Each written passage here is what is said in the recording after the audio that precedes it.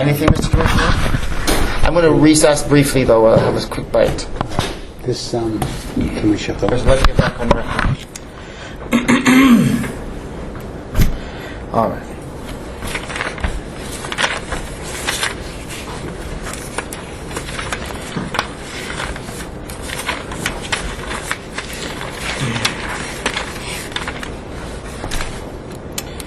Okay, parties. My notes reflect that we left on the last date. Okay. That the landlord would be afforded an opportunity to cross-examine the tenants on their evidence in chief. Is that right? That's correct. Okay. And there's apparently another witness remaining beyond the tenants. Is that the case or no? Or is it just the two of you? We have two witnesses here today that will be speaking to the T6. Okay. T2. Lovely. And, very good. And I think we are still in the midst of the T6, correct? I don't think we've approached the T2 as yet. That's correct. All right. Thank you so much, parties. Okay, ma'am, I'm in your hands. Uncross. Okay. Name for the record. Sure. We do have some motions for amending the applications, both the T2 and the T6. Well, since we're only dealing with the T6 now, let's reserve the amendment on the T2 until the point when we get to it, which may not be today, given now I understand the number of additional witnesses you'll be calling. All right. On the T6, there was an amendment on March 27th. Corrected the amount of the rent abatement and a certificate of service here. Were you served with that, ma'am? The amended application? Yes, Member Chair, but we are objecting to the amendment. We feel that it's prejudicial to my client. The fact is that the T6 application, the applicant had already presented their argument, present evidence. At the time of that amendment, July 21st, I believe, all the clear requests was completed. And I think it would be unfair to my client for that amount. Well, let's explore the nature of the amendments. What's being sought in this amendment, sir? We just corrected the amount of the rent abatement. From what to what? It was from $350 to, I honestly can't remember what it was, but it was, the $350 was intended to be the monthly rent abatement, and that's what I put in the total rent abatement column. Let's take a look at the original application. Bear with me here.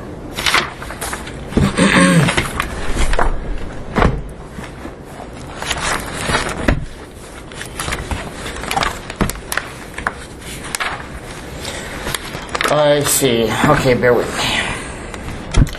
All right. So I see the original, as you say, $350, which you'd intended to represent what? The monthly rent abatement over the period 1 December 2015 to 31 November 2016. So there should be 350 times 12. Okay. Landlord intended, the tenant intended to be a monthly abatement, the monthly abatement, right? Correct, sir. Okay. Not the global abatement. No.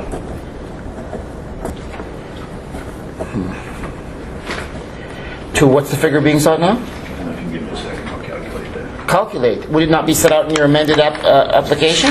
Would serve, it's probably faster to just figure it out. Oh, okay. Well, why don't I review the amended, hopefully filed with the board? Okay, yes, it works. It'll be $4,200. Actually, sorry, no, that's 5. May, June.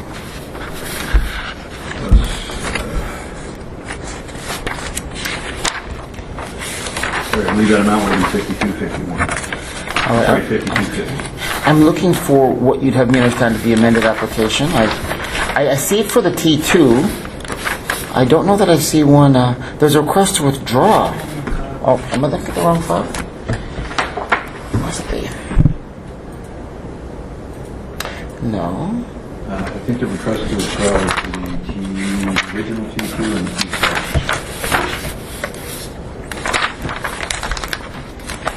So I am looking at the T6 file. I don't immediately see. I see a request for a hearing recording. Okay. We didn't make one. I think the landlord did. I see dates of unavailability. But ma'am, you say that you were served with an amended application, right? Yes. For some reason, it doesn't appear in the file, or at least I don't immediately see it. There are a number of documents here. Let's see, request to summons. Sir, now we don't have a clean copy of that? No, I'm sorry, I don't. I just have a copy of the certificate of service. Well, you know what? It doesn't immediately appear in the file. But anyway, all right. So what's the amount? 5250, I believe it was. Member Henry, if I may, I could allow you to take a view of my copy. Well, you know, when the commissioner comes, thank you for that, ma'am. When the commissioner comes here, I want to ask him to get a copy of it. I don't want to delay our proceedings any further at this stage, okay? And what's the other request, sir?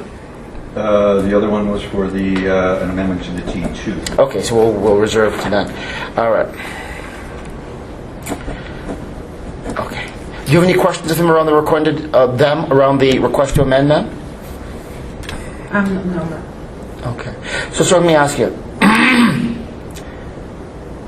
Now I don't have, because I don't have a copy of it. I'm not even sure when it was filed with the board. You filed it with the board in March? 27th, Okay. yes. I have the certificate of service here. And Chairman Henry, I think that his, just to get into this, the way he explained the amount that he sought to amend it, it reflects for a period beyond the 1 year, so it's 2015 to November 2016. His application was filed, I believe, in December of 2016. Okay, well, I'm going to hear from you shortly, though, just around this. We're just following the order of proceedings with respect to this particular issue. You had no questions over them, as I recall, right? No, I Okay, so I'll hear from you shortly around that. Okay, so it was filed, the amended application was filed March 27th. Okay. We were last here March the 7th. Correct. Well, there were two other hearings. Well, in between? Yeah. Since then? May 9th. Oh, my apologies. Thank you for that. My memory isn't as sharp as the parties with respect to these particular elements. There were mediation, is that what you're Those were hearing dates, but they went to mediation. And there was an adjournment, if I remember correctly. By mediation or through my process? Well, May 9th was an adjournment to May 11th. My apologies. I do see a May 11th attendance record here. Okay.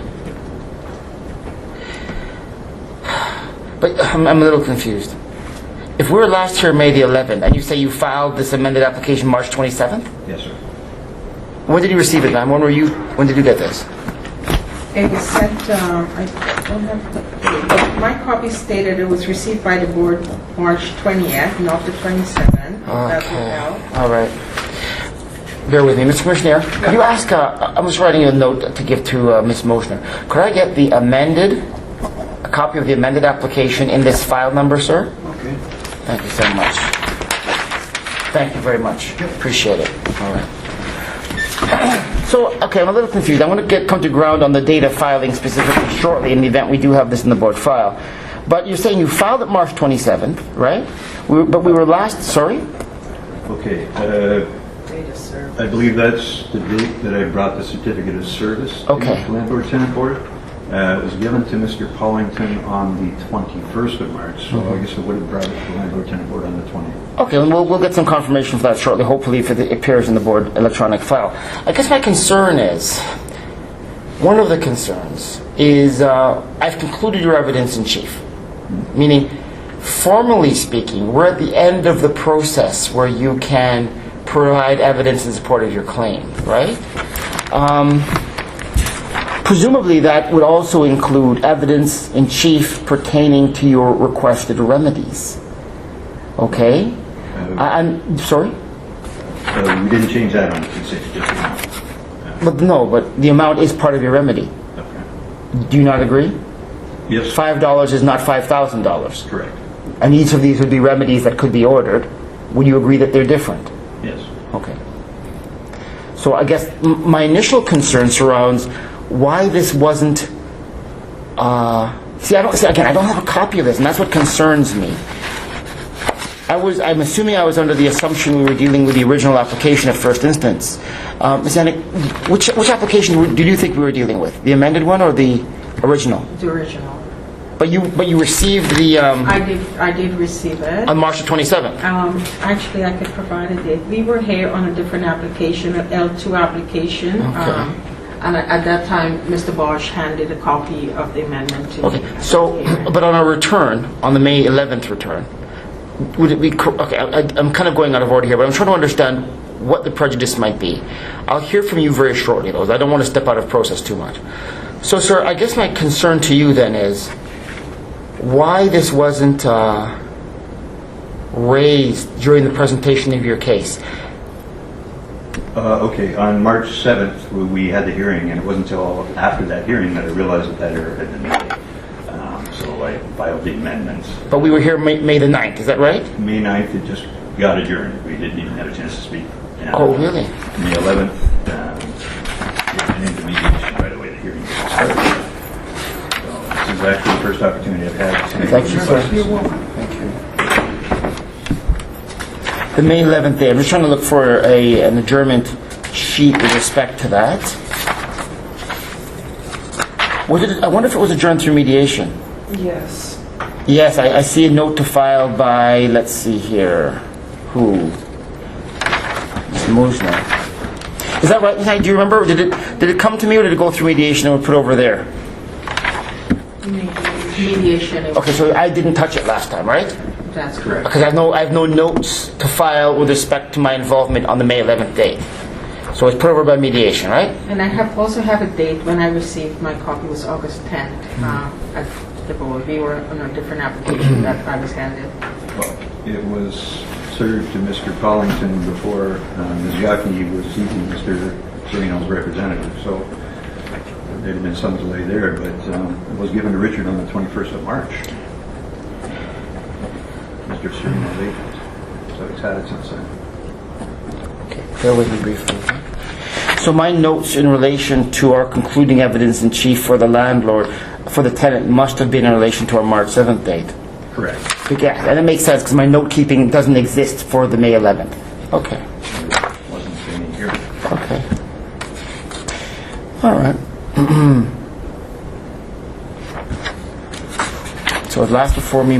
So by March 7th, in any event, I had concluded the tenant's evidence in chief. Is that your recollection, ma'am? That is. Madam Chair, I also want to point out I was not present for that hearing. I was written after the fact. Okay. That was the reason for me requesting a recording. And I I was see. able to get familiar with the matter. Okay. Okay, thank you. So, sir, and I'm speaking to both of you as co-tenants, but I understand, ma'am, you're speaking to you as well, but I think that you are, I understand because of your migraine, you're kind of sitting back. So when I speak to your spouse, I'm speaking to both of you. I just don't want you...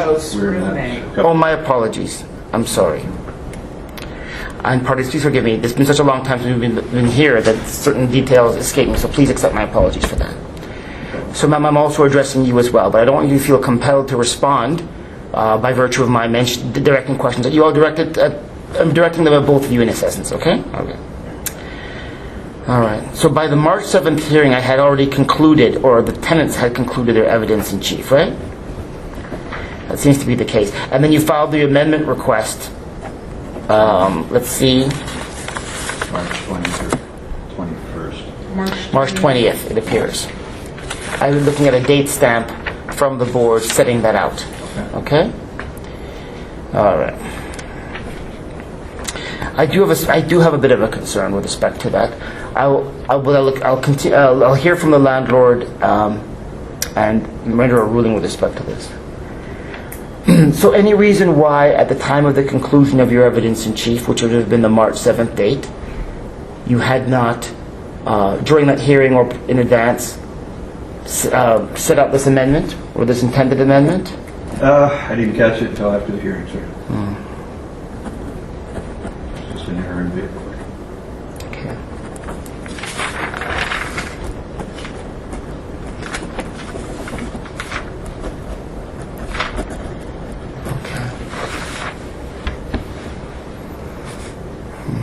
Anything else you want to tell me on this request before I hear from the landlord?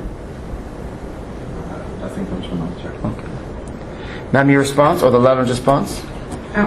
Chairman Henry, with regards to the tenant claim that he did not realize that mistake, I listened to the recording of that hearing, and you particularly directed his attention on the amount that was being sought in that P6 application, and he acknowledged that, and that is in the recording. So at that hearing, he fully understands that the remedy sought, and you pointed out, was $350 and some repair to be completed. Those repairs were completed prior to him filing the amendment on July 20th. Is that there upon this particular analysis, though? I believe so. How so? Because that was one of the remedies he sought. So the landlord would have already complied and fulfilled. Well, I'm not focused on that. I'm talking right now about the requested amendment of the application to increase the abatement. Can we focus on that? Yes. Anything else on that? No, that would be all. All right. Any questions of the landlord, sir, in terms of challenging the opposition to the request? She's correct, sir. You did mention the figure $350, and that's what tipped me off to the mistake, actually, but not until after the hearing. All right. Well, thank you for that candor.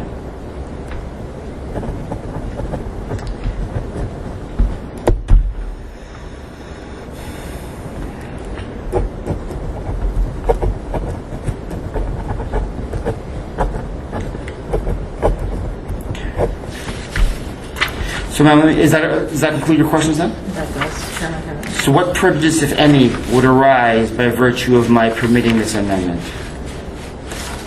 We believe that it exposes the landlord to an unreasonable amount that he was not, at the time of the application, he did not have that opportunity to make an informed decision on how to proceed with regards to a remedy and a possible resolution. Based on the application and the remedies sought, he took steps to address it. His decision could have been argued that it could have been differently if that amount was a different amount at the time of the hearing. At the time of the hearing, it was $350 with some repairs sought. He fulfilled that obligation, and he felt, based on the circumstances surrounding the 56 application, that it was unreasonable for the $350. He felt that he had an argument to make before the board.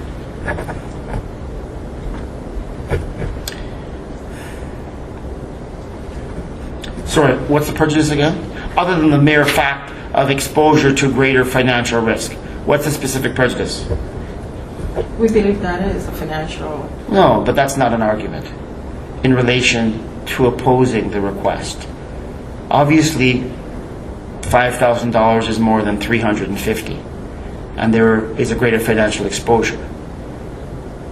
But the prejudice really refers to how is the landlord unfairly impacted by virtue of this request.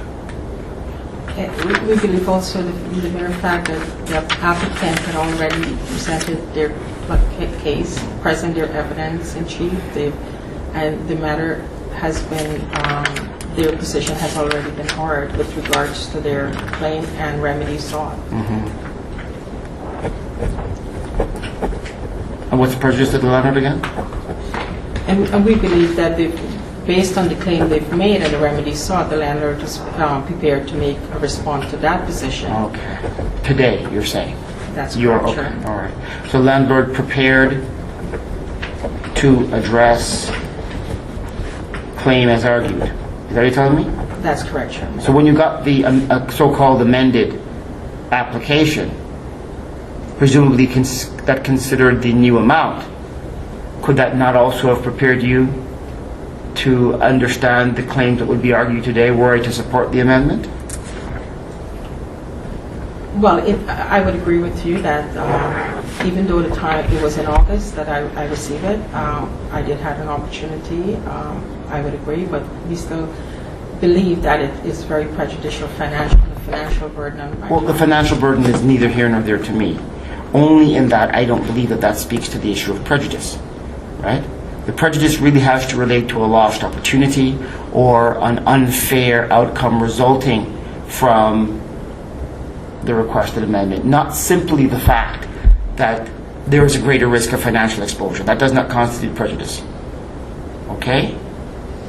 One claim before me might involve a claim for $500. Another claim might involve a claim for $10,000. But the person who faces a $10,000 exposure can't argue, I'm prejudiced because my exposure is more than that of another party in another case. I'm just using a strange example. Okay, so is there prejudice or not beyond the risk of financial exposure? No, that's the only. Okay. And having received the amended T6, do I infer that you were put on notice that there might be some exposure to a greater financial claim, or am I missing something? No, we are aware of that. Did you ignore that? No, I have not. Okay, so you were aware of that. Did you prepare to address that? I am. Okay, all right.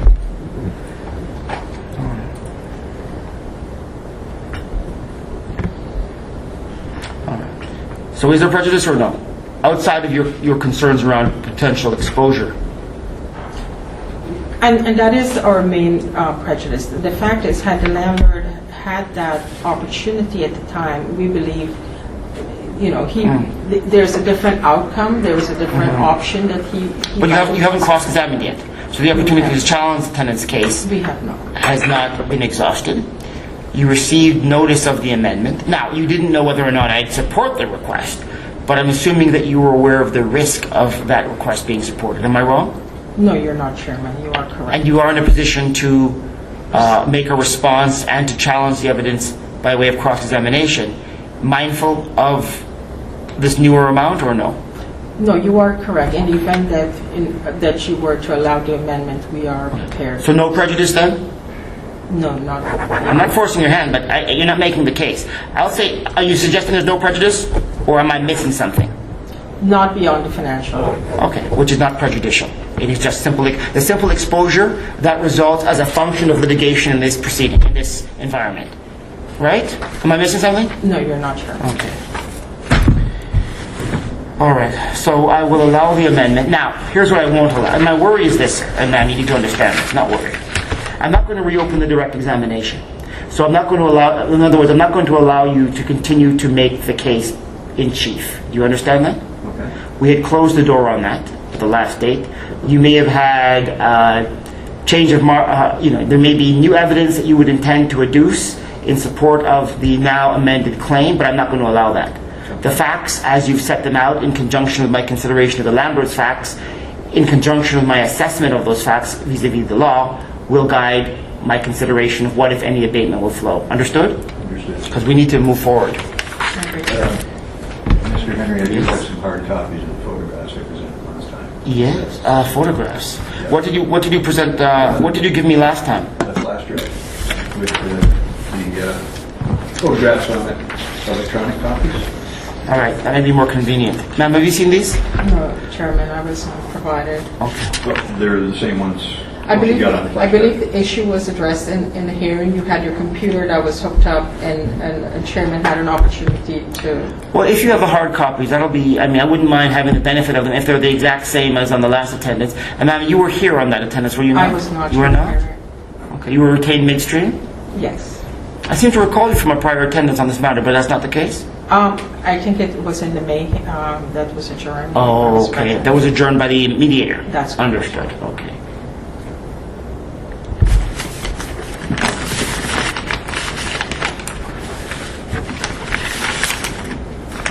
And these are the exact same images, so you've just reduced them to hard copy, is that right? Most of them I can sort quickly and take out any that were. Well, yes. I would have hoped you would have done that before this.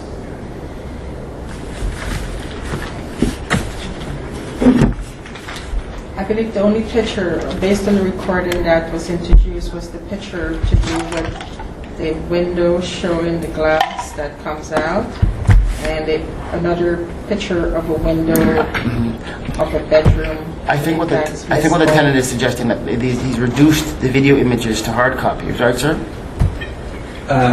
Well, no. What I did was I took the electronic photographs that were on the drive and made hard copies of them, and there is some new material. Not new. I just want to look at the old. This. Okay. Here's the thing, parties. It's more convenient for me to have a hard copy format. If you've reduced those images already entered into evidence to a hard copy, it might benefit all of us to have them at the Absolutely, I ready. agree with that, Chairman, but if it could be the ones that was introduced. Only and I know those. my friend has quite a bit now, but there were only 2 pictures. That Oh, that's what you're telling me. Yes.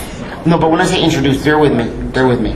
I think what he's asking is not a chance to reintroduce hard copies previously introduced, but to introduce hard copies of electronic images provided last time. Is that correct, sir? That is correct, sir. And I wouldn't be opposed to that. They were 2 on the image. Oh, 2 images, 2 electronic. When you say image, I don't know whether you mean hard Okay, copy or they were- electronic. yes, there were 2 electronic? That's correct. Okay. Only 2. That's not correct, sir. Just a second. Images provided last time.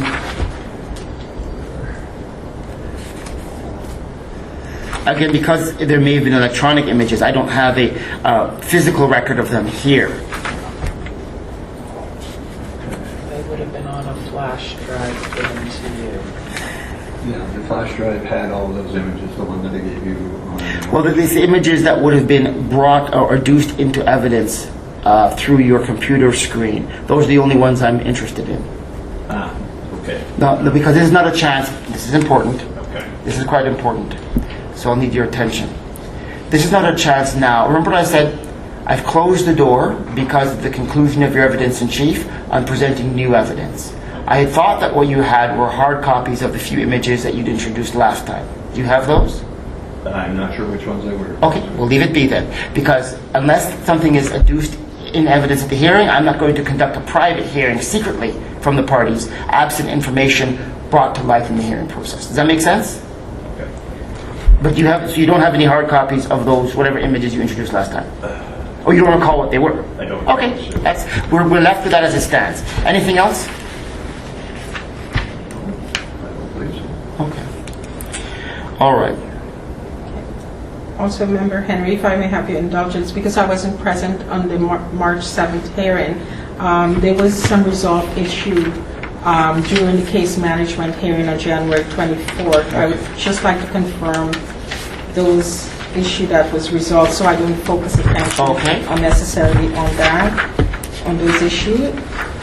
And the interim order that was dated January 24, 2017, both parties agreed that the following issue will resolve with the stove, the bedroom doors, the foyer light, and the door self-closure.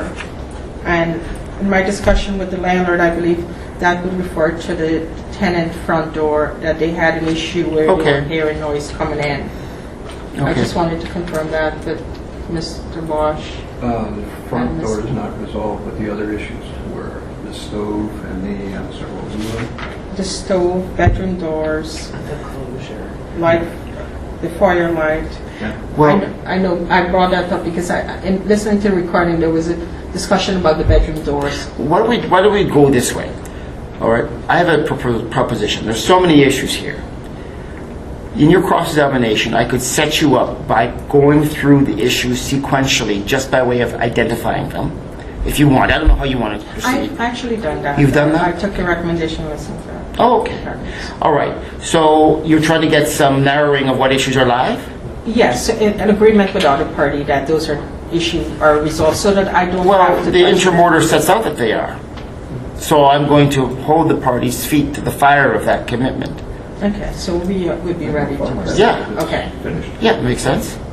Okay. Okay, so ready for cross? Yes. Now, I want you to proceed, though, if it's at all feasible for you, in the order that the tenants introduced their issues, because I'm tracking these things in a kind of an organized format. Are you in a position to do that? I believe I am, and I think the first issue that was touched on with regard to the hot water, cold water issue, are we agreed? I had the windows. The windows? Okay, I could, In fact, I'm in your hands, but why don't I do this? And you can let me know if you disagree as we proceed.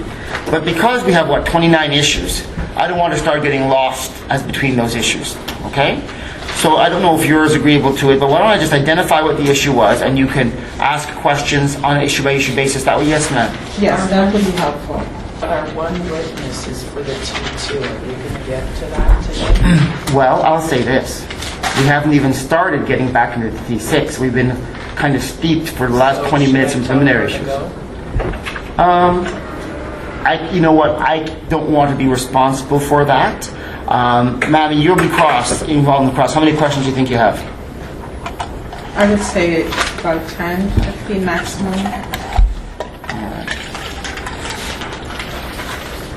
Thank you. Thank you so much. Well, parties, I was hoping to stay here till 5. That gives an hour and 45 minutes. Ma'am, I'm not in a position right now to know. So I'm at your disposal around that, okay? So, so ma'am, what I intend to do is I'll identify the issues. If you're in a position to cross as I raise the issues, I'm in your hands. If not, we can figure out whatever format works for you. No, I'm in agreement. I'm willing to. Okay. So, windows. Broken panes, 6 out of the 9 windows in unit.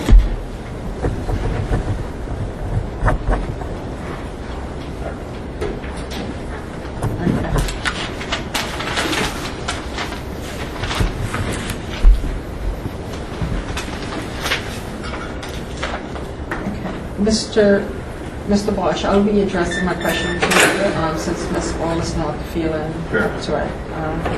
But ma'am, you can respond as well, okay? Absolutely. So, am I correct? There was a work order that was issued with regard to the window. The request for the window was made in your December 15, 2016 letter to the landlord, correct? Actually, it was, first promise was on September 17, 2015. But that's the first written request. That's correct, December 15, 2016. And subsequently, there was a work order that was issued by Property Standard dated January 6, 2017. So a work order issued by who? Property Standard. Remember, There were 2 of them, actually. so we'll address the one with the window. Chairman, I have a copy. Bear with me, I can provide you. Thank you. I don't know what number of the exhibit we're on, so I would go with exhibit 1 for this. Let me refer to my notes. I don't think we were exhibit rich on the first attendance, right? Bear with me here. Thanks, man. Bear with me as I just see what sequence we're in.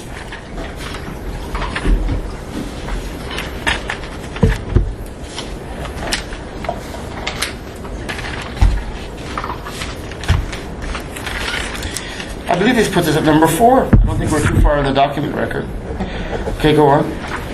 Okay, I've just, Mr. Bosch, if I could have your attention drawn. This order was issued January 6, 2017, like I said on the second page. And it was a work order to repair all cracked and broken windows in the apartment and fit them with screens, correct? Correct. And below that, it said that order to be complete no later than the 30th of April 2017. That's correct.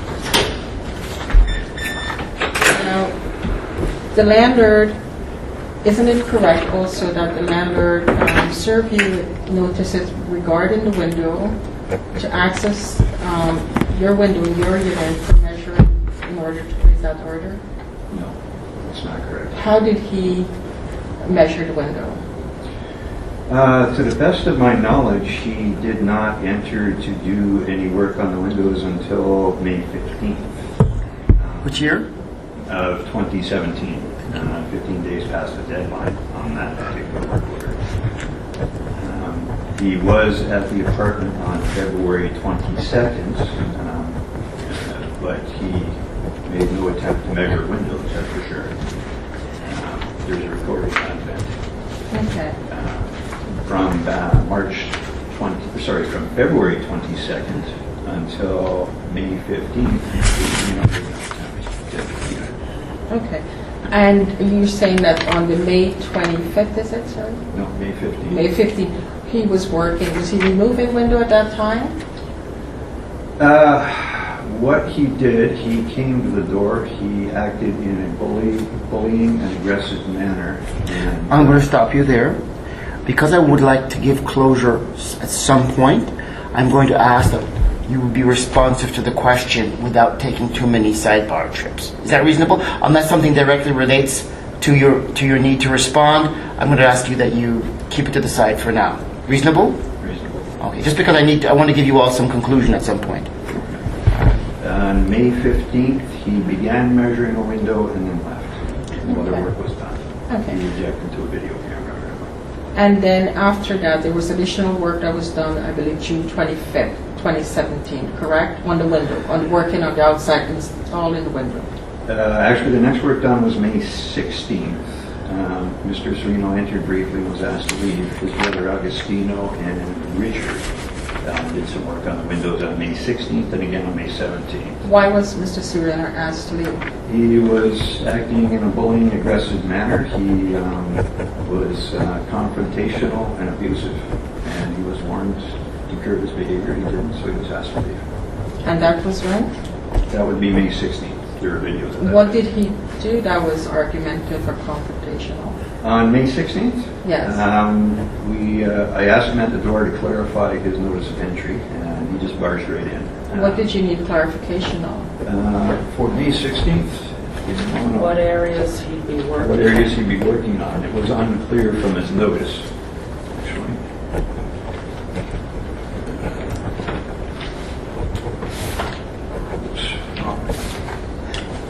So when you asked him to produce the notice, he barged in, is that what you said? Yeah, When he gives the notices, he gives benign notices that don't say what areas Yeah. he's going to be working in, nothing. they're, We have no idea what part of the apartment he wants access to, so we don't even know what to prepare. all of his notices are very, very vague. You're talking about this particular one. So I didn't quite understand what you said. He gives a notice, he'll be in on this day to do work. That's it. I'm talking about this particular Yes. instance. This particular This is- notice, I can read to you, sir. It's a 24-hour notice to be working on Unit 2-99 East Avenue South on Monday, May 15, 2017. We will be doing the work that is required to repair the issues on the work order by property standards, as well as the other work that is needed to be addressed in the unit. And the question we had for him is, what does that mean? Because at the time, there were 2 work orders by property standards, and the other issues in the unit could Okay. be anything. Okay. And then, sorry, you were saying something about you challenged him, you tried to barge in, then what happened? You asked him to leave. Is that what you said? No, I let him in for a while, but at one point he became argumentative and abusive. He ran at me in a narrow hallway carrying a ladder, screaming, "Get out of the way." He was argumentative and confrontational beyond that. Ms. Ball had a migraine that day, and he was shouting, screaming, carrying on. There really was a new answer. Any more questions, ma'am? Okay, and also for the June 25th, There was more work done on May 26th, 17th. 27th, and 28th. The 25th was a Sunday. Yeah. He was not working in our unit on a Sunday, and I know this for sure because my dad's birthday is June 26th, which was a Monday. so the window was installed on June 26th, 27th, and 28th, is that correct? Correct. Okay. So on June 26th, while he was installing the window, isn't it correct, he was up on the ladder, I think it's a 3-story building, is that correct, Mr. Ball? 2 stories. 2 stories. He was working on the outside, up on the ladder, correct? Correct. And some work, And isn't it correct that you were videotaping him? He specifically asked you to stop, and you No. continued to do that? No. That is not correct. We And had isn't it 3 other correct- people there. And isn't it correct also you were being argumentative with him? We While asked- he was up on the ladder? No, it isn't. And isn't it correct that while he was working on a particular window, Ms. Ball yanked the screen out, which causes him to squeeze his No. finger and momentarily lose his balance on the No. ladder 2-story up Okay, No. that's a compound question. It is correct that Ms. Ball took the screen out. without notice, right? Correct? It is correct that Ms. Ball took the screen out. She took it out because it's her property and He Mr. was Sereno was breaking it. bending it and damaging it, so she grabbed it. But she took it out without any notice to Mr. Sereno Sereno was on the not outside even working on in the the ladder. window. He was down the He was down the ladder. ladder. I took it out, left the window closed. He opened the window, started screaming that I could have hurt his finger. There were 3 other people in the apartment at the time besides the 2 And we of have a us. witness statement to that effect from Catherine Kelly. Okay, whatever you want to produce in response to the question, as long as you have 3 copies, I'll consider it. Just a second. I'm not sure that I have more copies of that. Well, I'm not going to take my afternoon watching you ferret through your documents to see if you have one. Do you have it or no? Probably not, sir. All right, Do then have this copy. I won't consider it. Because, of course, the landlord needs to have the benefit of all the documents that I receive, right? No They should secret. have a copy They should have a already. copy. Here's how. Do you have a copy of that document? I don't, can I have a look at it? That would be on. And by the have a copy, do you have one in your possession today for the purpose of the exploration? They were given that in disclosure. Do you have a copy of that? No, I don't have a copy, Okay, Chairman. then I won't consider it. There's no other question on that issue. Our witness, Sue, We- George, was there that day. Okay. So when you call her, you can ask her questions related to anything germane to my knowledge. Okay. I would like to point out, though, that in Mr. Sereno's N5, which was served on July 20th, he alleges that Ms. Ball was the one who pulled that window up. There seems to be No, a change. he alleges you. Or sorry, he alleges it was me rather than Ms. Ball. Chairman, who, Henry, I would object to that. I mean, that's a totally different matter. Ms. Wall It's the responded to... same matter. He's accusing Mr. Bosch of doing what I did. yeah. But I He mean, can't keep his but if I stories remember straight. correct, I said Ms. Bond, who was the one who yanked the On screen out his- in my question to her. This His is point being is offered to on the impeach his testimony. paperwork to evict us. He is accusing Mr. Bosch of pulling that out and smashing Mr. Sereno's fingers. Shall we continue then, parties? Yes, You concluded your cross on the windows, ma'am? On the windows. Okay. So let's then move to what I see as the next issue, unreliable supply of hot water, sometimes, on and off at random times since the beginning of the tenancy. I don't have any question for the tenant on that issue. Okay, bear with me.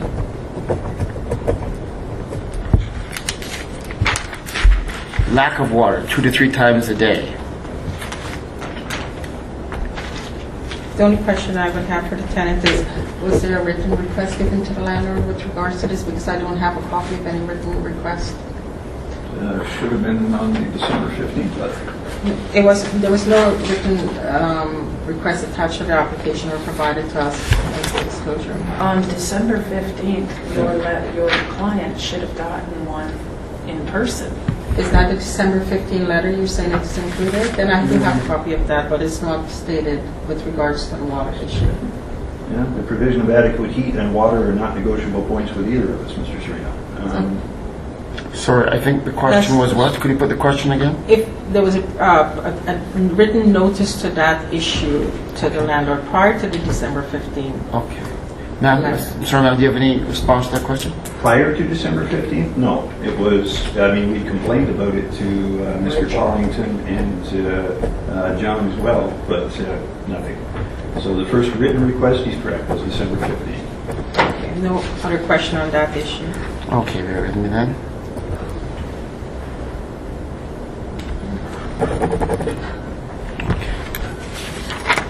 Next issue I have, and bear with me a second. Sir, now you asked me to determine the likelihood of getting to your witness, in other words, the T2. I don't think so. Even if we get to the T2, I'll likely be hearing from the 2 of you first. Is that a correct understanding? And then your witness later? Why don't I release your witness at this time? Are they here pursuant to summons or voluntarily? Voluntarily. All right. I'll let you go to speak with them.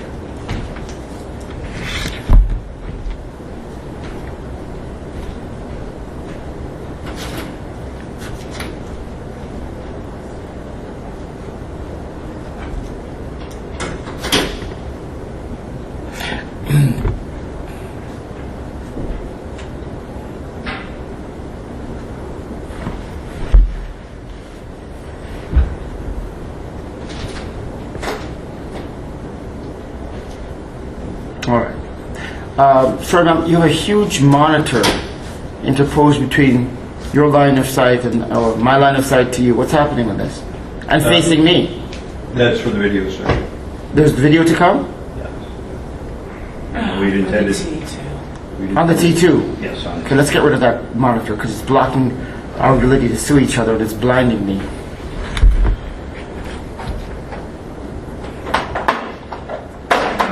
to the bathroom for a few minutes. Do you want me to, now, yes, of course. The question I have is, do you want me to continue in your absence or wait? Yes, just Okay, so I think the next issue then, carpets in all 3 bedrooms stained from before the beginning of the tenancy. Okay. And listening to the recording from the previous hearing, am I correct that 2 of the carpet was replaced and there was 1 pending? No, you're not correct. None of the carpets have been replaced since we moved in. And that was actually something that he promised after we moved in. He said he wanted to wait a month or 2, see what kind of tenants we were, and then he'd replace the carpets. Never did. And also, isn't it correct that Mr. Serino, since February 2017, has indicated to you that he has a carpet ready, that he's purchased to install into the bedroom, but you refuse him access to that? No. What happened there was he did bring a carpet up just prior to February 22nd. Which year, please? I'm sorry, 2017. Okay, now as you go forward, you always identify the year because of course I will not know, right? Very much. Thank you. Okay, he did bring a carpet up. I believe it was actually February 23rd that he brought the carpet up. That would have been the day after the incident at the apartment. By that time, Ms. Ball had moved the furniture from the living room into the 3rd bedroom. There's no other way to put it. To prepare for all the rest of this. And it was simply no way to install the carpet in that room. Mr. Serino was only offered to replace the carpets in the 1 room. He picked the 1 room that was full of furniture. And did you give him another alternative date when he can install that? He's more than welcome to serve notice of entry and do it. In fact, I asked him about it on July 1st and June 1st, if I believe. Remember the years or so. One moment. 2017. I'll keep having to remind you, that's fine, but I just don't want to guess wrong, okay? Remember, I'm a stranger to you. So June and July 1st of this year, I believe it was, when he was collecting rents. He was asked about it. You simply ignored the question. No other question on the carpet issue? All right, thank you, ma'am. Next issue, back door to unit has gaps between the door and the frame. Okay, and I just have one question on this, and if you just agree with me or not. And listening to the recording, I believe Ms. Ball had confirmed that the repair to the back door was completed. Am I correct? It has been fixed.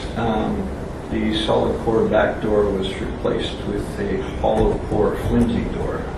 Augustino, who installed the door, advised us to pile heavy objects against it if we were leaving the apartment for any length of time. I'm not sure that that's a repair, and I don't believe that door satisfies the interior building code for an exterior door. I could literally punch through it. It's not solid at all. But you are not an expert on...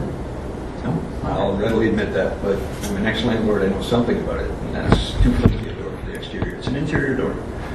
No other question on the back door? Okay. Foyer light out for 6 months. I believe that's one of the resolved issues as per the Oh, okay. order. Is that It was resolved by... right? Oh, okay. So this resolved by intermodal, right? Thank you for that. I think that was a property standards order. Was that- I'm referring to the board interim order issued by Dispute Resolution Officer Rossiter on January 24th. Paragraph 3 of which, as the landlord has identified, sets out the parties agreed that the following issues in the tenant's applications have been resolved: stove, bedroom doors, foyer light, and door self-closure. Okay, that would have been the first time it was fixed then, correct? I don't know, but I'm going to, I'm inferring from that that issue is no longer live. No, it isn't. Okay. Okay. So the next issue that I have, soft spot on kitchen floor.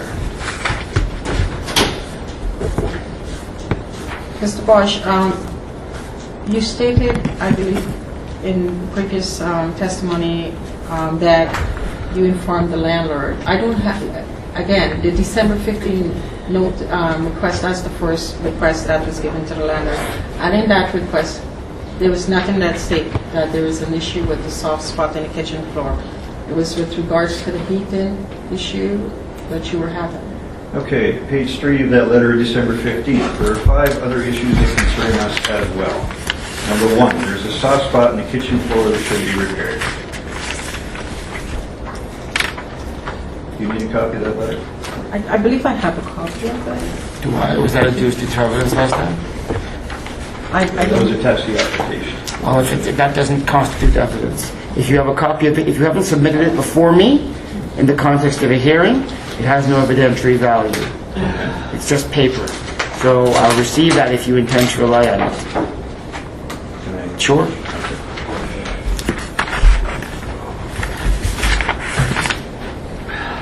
Thank you so much. And ma'am, you have a copy of this, right? I do. All right. So that letter does say that the soft spot was a problem, the windows, everything.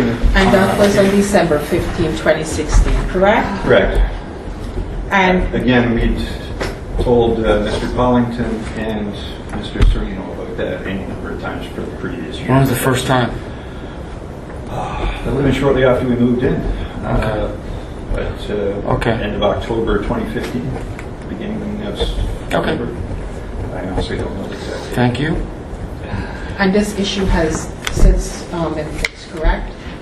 Yeah, there was a work order written on June 30th that required him to fix it by a deadline of July 31st, and that work was completed August 2nd. Okay, so when you respond, sir, it'll save our time here, and if you could direct a response to the question.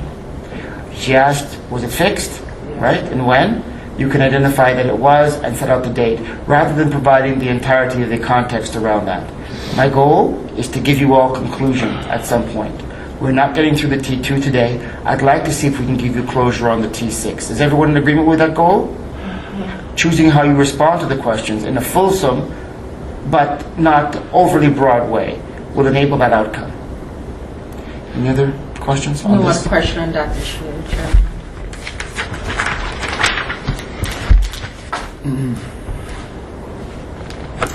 Bear with me. Rough, uneven plastic visible in parts of the unit. Plaster, sir. Plaster. Thank you for that, sir. Thank you. So, Mr. Bosch, with regard to the plaster and the paint that you requested, I believe a notice was given to you on February 21st, 2017 for entry for painting to be done in the unit, correct? No, that's not correct. They weren't doing anything to. The notice on I February... have a copy of that. Chairman, I would like to enter this as Exhibit 5.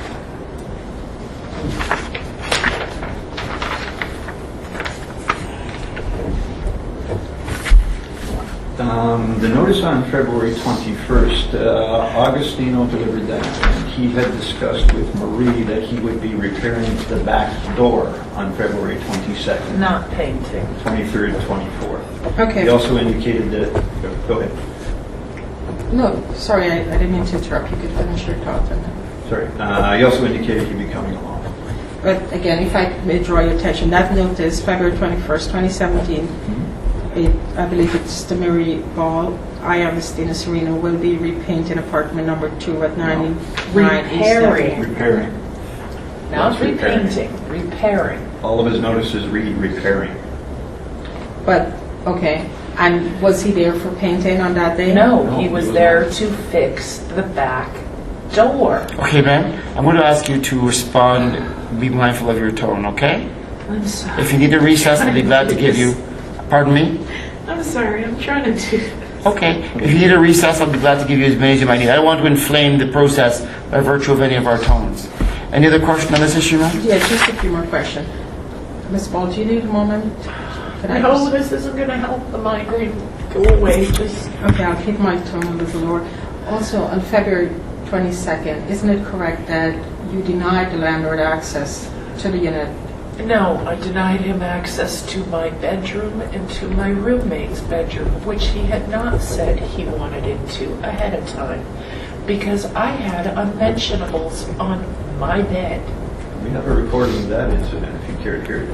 And I believe also the police was called in, correct? Yes, because your client decided they were going to enforce a notice to enter. Chairman Henry, I would like to introduce a copy of that police report. Mr. Bosch have a copy of this, but I'll provide you with another just so. Thank you.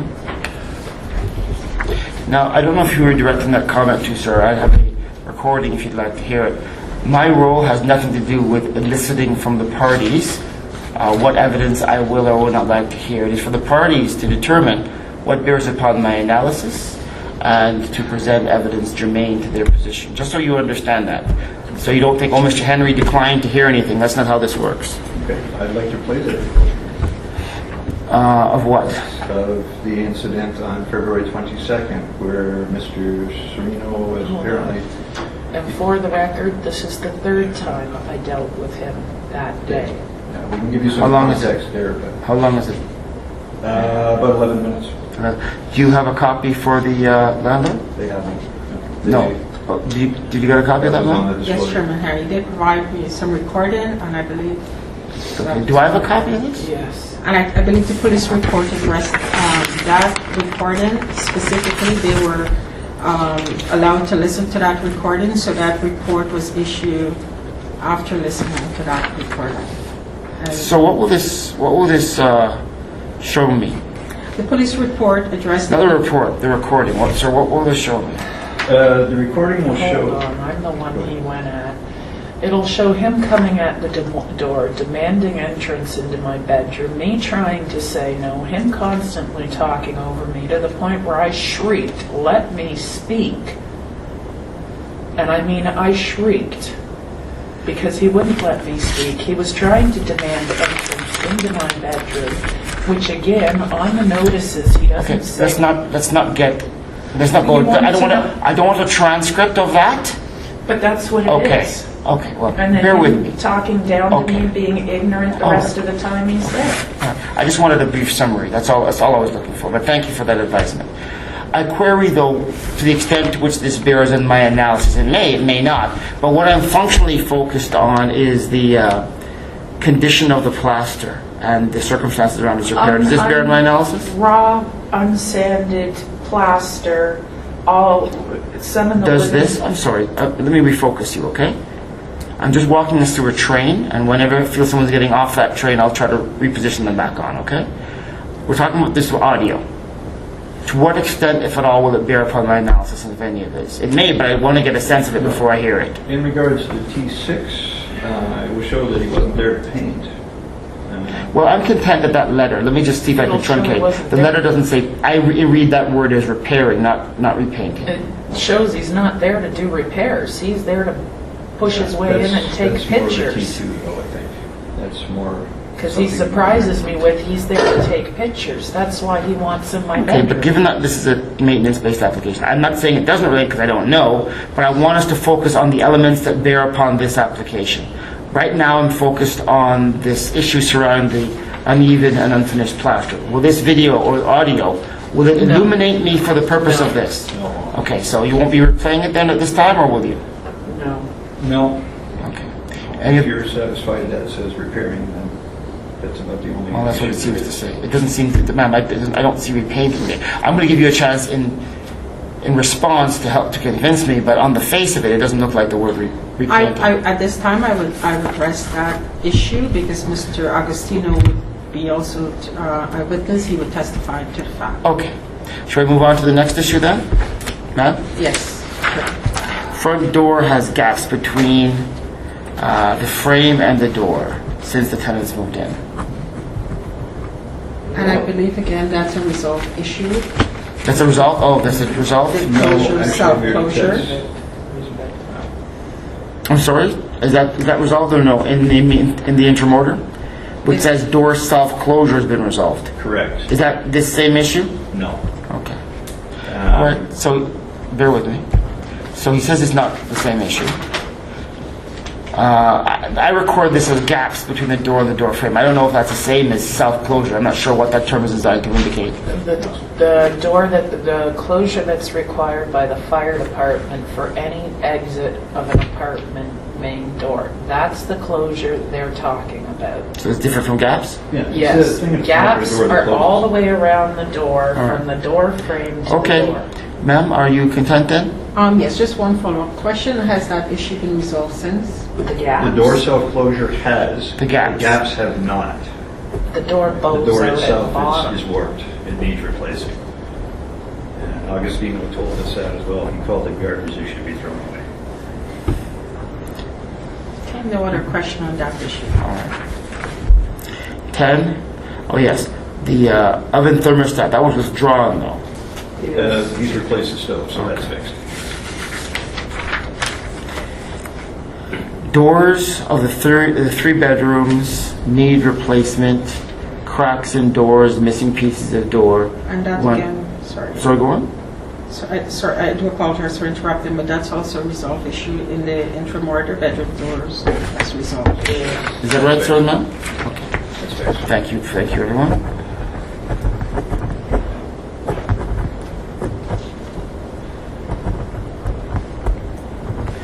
Okay. Now, we touched on this earlier. I have number here as 12. Something that appears that we addressed is number 1. I don't know why it appears twice, but I'll say it out of caution. Windows, 6 of 9 windows in unit have cracked panes, air leakage through glass itself.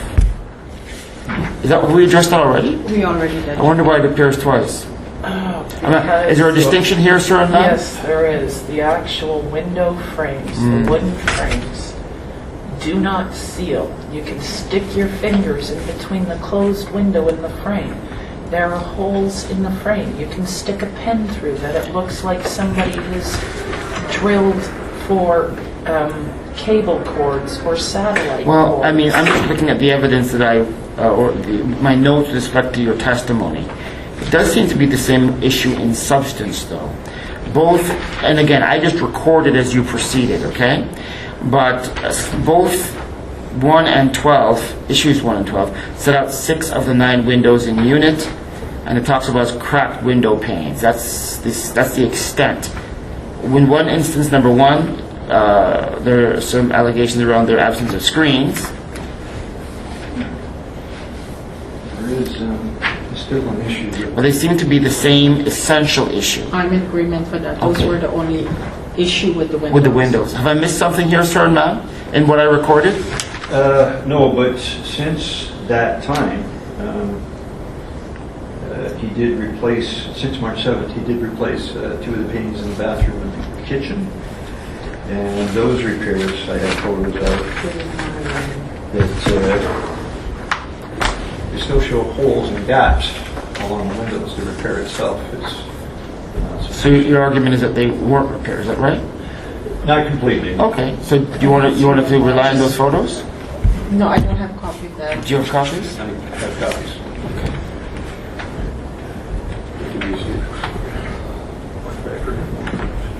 Thank you, sir. Also, the glass was replaced with 1-inch thick polycarbonate glass. And So? Okay. not much insulation. And I don't know anything about that. Bear with me a second. I just want you parties to understand as we proceed to inform both of you. I don't pretend to have expert knowledge or any knowledge with respect to anything.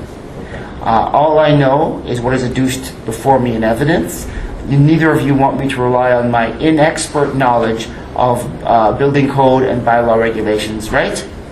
So I don't know what's right or what's wrong with respect to compliance in those areas, unless it is adduced in evidence before me at the hearing. Okay. Make sense? Mr. Squash, I just have a few. Go ahead. I was just going to say, it's an untested building material. It can't comply with the order. I'll let you, just one second. It is open, just so you understand, so we don't repeat this going forward and squander the usage of your time. I don't know what constitutes compliance or non-compliance with building codes. It is for parties to reduce evidence here with respect to that. Does that make sense? It does. Okay. Mr. Bosch, isn't it correct that there was a specific work order that I introduced, exhibit number 4, from the bylaw officer with regards to the replacing the window? And those window, after it was completed, the bylaw officer came up and inspected this window, were satisfied with the condition of the repair. Yes, there is a Thank you. complaint about that. That's all, sir. No other question on that, Chairman? Okay. June 30th, I believe she passed this. Or sorry, no, it was July 18th she passed this with us. This year. The next issue.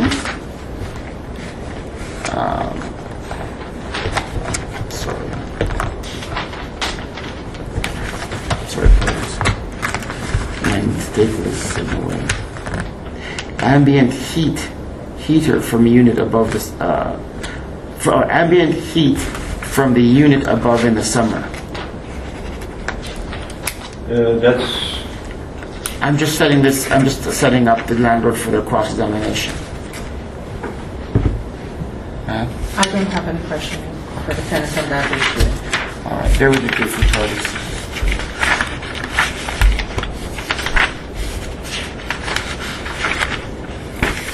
Okay. That appears to be all of the individual claims advanced in the T6. Am I right, sir and ma'am?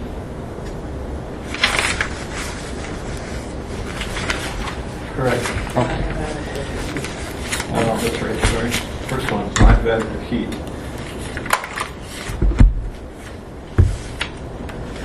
Was that a claim advanced at the hearing? Strangely, my notes don't reflect anything around that. Bear with me a second.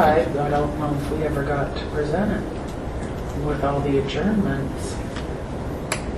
Just bear with me a moment, okay?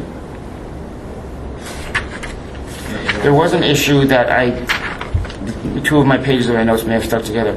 Unreliable supply of hot water. Is that something you'd addressed in your We've cross? already touched on that, I believe. It was Okay. the second issue that we Okay. went through. I'm just reviewing my notes. I don't see anything in my notes with respect to inadequate heat. Now, who knows what the source of that issue could have been.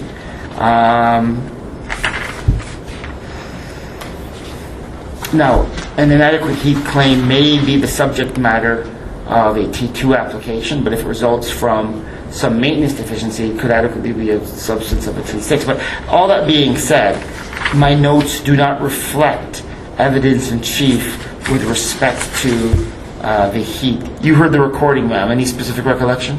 I believe the tenant has touched with regard to the letter that was given December 5th briefly, that there was a heating. They acknowledged that the landlord did provide them with a space heater and compensate them with the increase in rent. There was an engagement around heat at the original, on the March 7th date?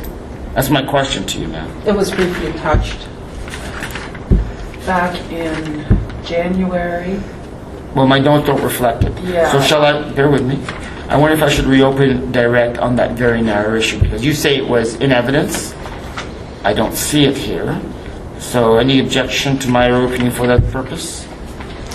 I'm assuming not, since you've told me it's already been induced, right? It was the issue with heat with regards to the window, in discussing the window. Oh, it was kind of an ancillary effect of the window, is that what you're telling me? And the tenant did acknowledge that the landlord had provided them with space heater and compensated them for the increase in rent as a result of the use of the space heater. and then he tried to... So go back. the underlying issue was the window. Did it arise as an effect out of the window issue? Because I don't have it as an independent claim. No.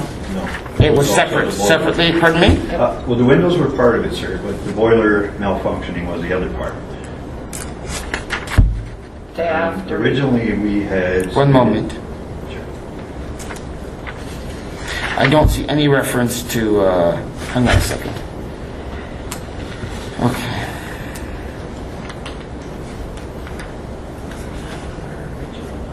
Bear with me here. Ambient heat from the unit above in the summer, landlord, total landlord in the winter. Okay.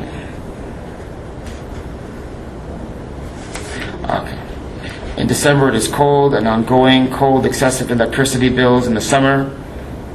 To use 2 of their portable air conditioners. Is that the issue we're talking about? No. No. Okay. Well, for some reason, there's nothing recorded here. But ma'am, you remember having listened to the recording that was in evidence? With regards to the window and the space heater, acknowledgement that was provided. 1 second. I know you're trying to defend against it, but you're not going to do that right now. I'm just asking you what was an issue around the heat from your recollection of the recording.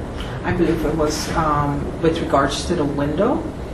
What about the window? I think it was raised under the second discussion with regards to the window and the cold coming in from the window. So to go back, you have it as the first issue, and then I believe it was on the 12th issue where the window discussion, and I think it was on the 12th issue that it was raised at that time. That there was insufficient heat because the window was in poor state of disrepair, and that the landlord did provide it then at that time with a space heater. You keep mentioning that space heater, right? Because those are the those were the discussion around the lack of heat at that.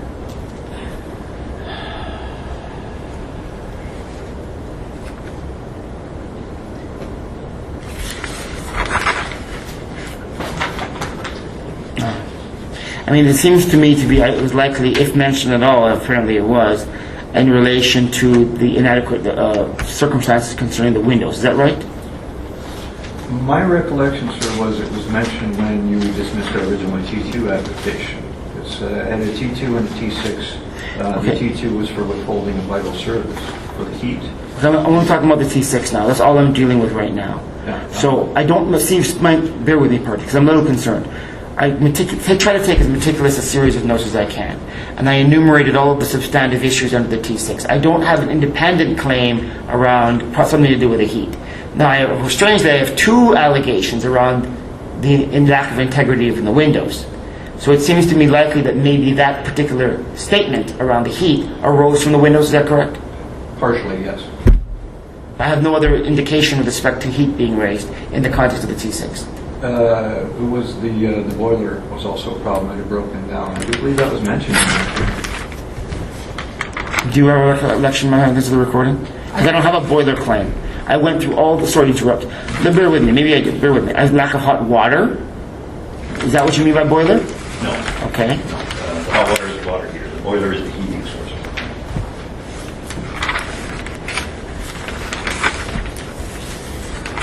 Matter of fact, the first hearing, we were going to get to it, actual hearing date, but we never did. Our witness had to be out of here by 5, if you recall, because I interrupted you. I can't remember how you phrased it, but you told him to thank his lucky stars that I interrupted the proceedings. What does that mean? Because he had to be out by 5, and I interrupted to make sure he could be out by 5, Okay. if you recall. Okay. And he was our witness about the heat. And we got held over again because it was going to come up that day. And he was our witness about it, and if I remember correctly, we mentioned that at the time. Yeah. I don't believe we got to the heat in relation to the T6 in that hearing. Well, I guess my worry is, sorry to interrupt you. My worry is at our last attendance where I was involved, before the mediation, the one where the mediator adjourned, I concluded your evidence in chief. That's my only worry. We've been adjourned so often, we can't even keep track of what. That's why we wanted a special hearing, so we could present everything all at once Well- and know that it was finally presented. Well, the hearing you have today is the hearing you're getting, okay? The continued hearing. But again, my notes reflect that you concluded your evidence in chief. And I have nothing in the notes in relation to heat. Now, as an independent head of claim, it's possible, and I can query you with respect to the effects. I have a lot of questions to ask too. But during the course of the questions, I will ask you what was the impact, for example, of the lack of integrity in the windows. The heat issue may surface there. I don't know. I'm not trying to dispute your evidence. But I only have the 13 issues that or 12 issues that I've identified. Nothing more. So now I'll turn to you having listened to the recording.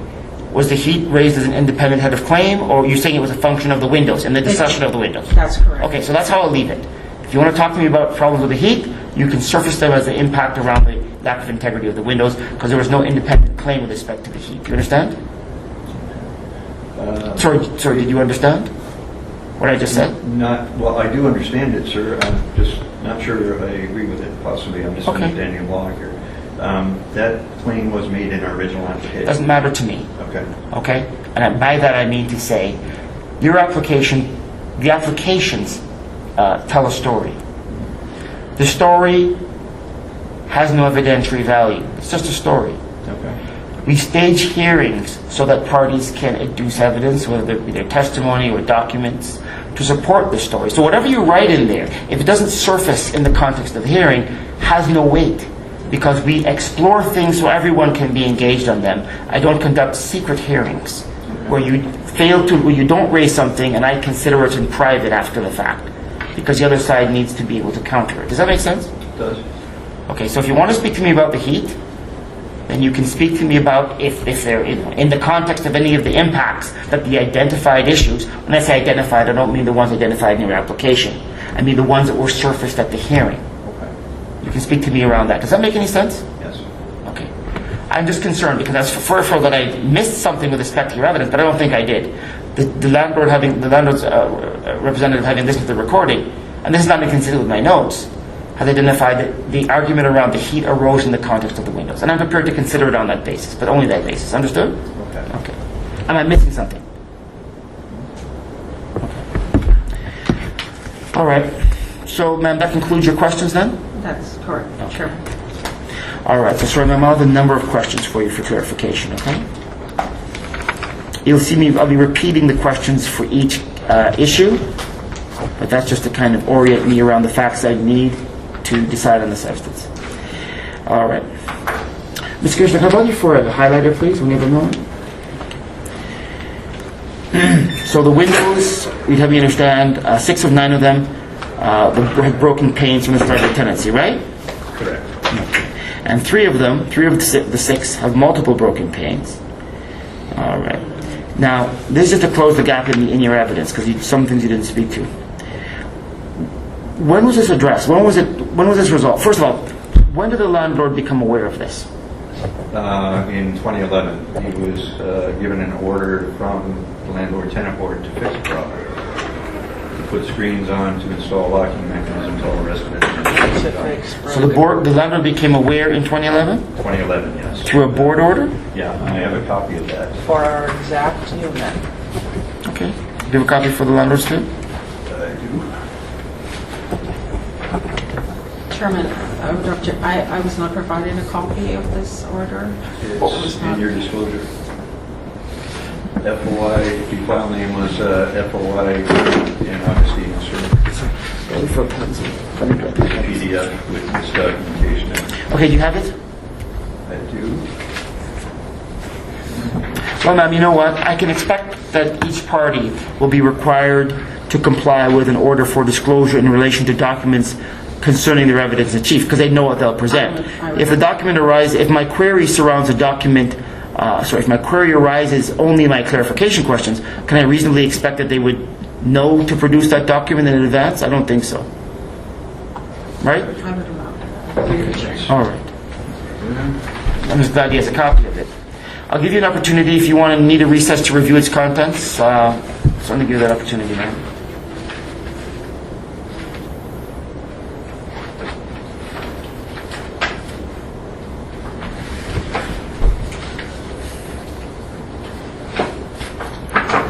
Why don't you give it to the landlord and keep ferreting for a copy from me as we proceed, okay? And if you can't find that copy, I will figure out what to do. Let's circle back to that. I don't want to spend our time with it. You looking through that. Maybe one of you could look through that bindle to find it as we proceed, okay? All right.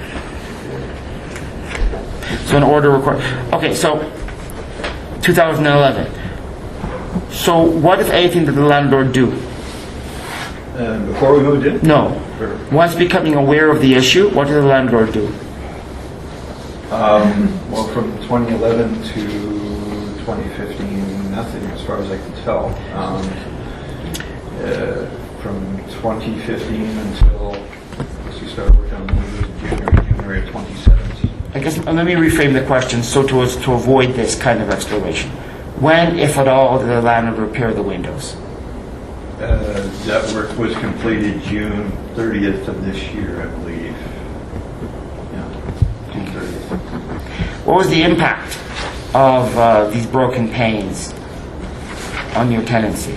And the missing screens. Oh yes, and the I missing couldn't screens. open my windows because I had a cat and a dog without fear of my cat getting out. Could not open I couldn't windows. access all but, I could access 1, 2, 3, 4 windows, 5 windows in my whole apartment. Missing screens because And I had to supply the screens. because cat and dog may escape. In the winter, Bear with me a moment, please. I just want to follow that line of questioning. I was going to get to it eventually, but let's explore it now. So, how many windows didn't have screens? All of them. Well, how many is that? 9. actually, there was partial screens in too. No, but those were my temporary. bedroom and the kitchen. Temporary that I put in. So the impact of the absence of screens that you couldn't open the windows for fear of your cat and dog getting out. Any other impacts, for example, with respect to the broken window panes? Yeah, we had to seal the windows up with plastic and caulking in the winter. That created a lot of problems with ventilation. Basically, it made two of the bedrooms unusable. One of them in part because of the window, and the other one entirely because of the window. Why is that? The one in part because of the window. We had to leave 2 of those 9 windows open for ventilation. We couldn't seal them all. The one that was left open was in bedroom 3, the spare bedroom. The radiator in that room doesn't work very well, so it was cold in that one. The other bedroom, when we opened the window for ventilation, the room got cold. So what you're telling me, in summary, if I understand you, is that the resultant cracks made 2 of the bedrooms too cold to stay in? Is that what you're telling me? Yes. Okay, so that's you know what, answer in any way you prefer, but the more words you say is the more lost I get. And if you probably think, if I say all these words to Mr. Henry, I'm painting for him a crystallizing picture, you're equally at risk of getting fully lost. When I ask you a question, if you don't understand the question, I'll be very glad to clarify when you let me know. But when I ask the question, if you want to take a few moments and think about your response, rather than indicating a stream of consciousness that I have to ferret through to figure out what the answer is, and then ask you by way of summary if this is what you mean, that might be more effective to my understanding. Does that make sense? So the effect was that 2 of the bedrooms are too cold to stay in, right? Also the bathroom. It was always freezing cold in that Okay. bathroom. God, yes. 2 bedrooms. And the bathroom? It made the kitchen marginal as well. It was quite cool sometimes. Okay. So 2 bedrooms were too cold to stay in. And the kitchen was cold, you say? Yeah. And the bathroom? Bathroom was downright frigid. Do you have any temperature readings with respect to these areas? Why not? Well, when we made the complaint to Mr. Sereno on December 15th, he provided space heaters. When we did call bylaw, only one room was below the required temperature because of the space heaters. And I don't think she even recorded that on the report. She just made it pretty detailed with it. So bear with me. She made them So- turn up to 68, which so- is where it should have been. Sorry, bear with me, okay? You said a lot, and I just need to unpackage it. So you, no readings, you called bylaw, right? What happened December 15, 2016? We gave him a letter, and that was the date that Okay. we gave him written notice of the repairs. But you called bylaw. Bylaw showed up, right? We called him January 4th, Of which year? 2017. I'm going to keep asking you that until you figure out I need to hear that, because you might switch to the 16th or the 15th and I won't know. So just indulge me, okay? Okay. The bylaw came and they said that the temperatures were in compliance. All but one room. My room was the coolest room, and it needed, I forget how many degrees too cool. She went and checked this thermostat and then phoned him and told him it had to be set at 68 degrees. Okay.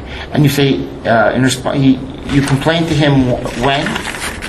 December 15th. Well, is that your first? No, I don't necessarily mean in writing. When did he first become aware of this? December 9th or 10th of So, 2016. yeah, I phoned. And that's when he tried to tell me he'd give at first $10 to $20 a month. Total landlord, December the 1st? 9th or 10th. Sorry. Okay, bear with me. And he gave space heaters?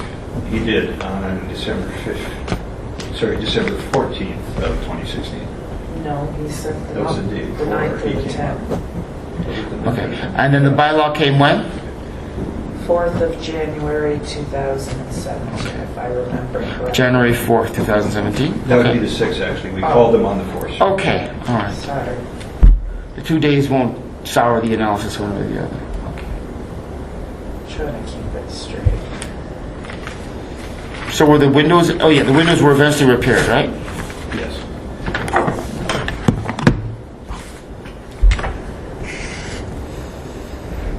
Okay.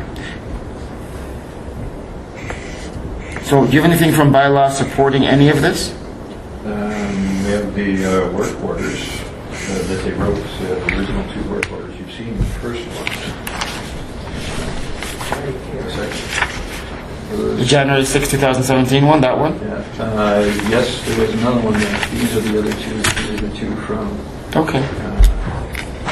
June 30th.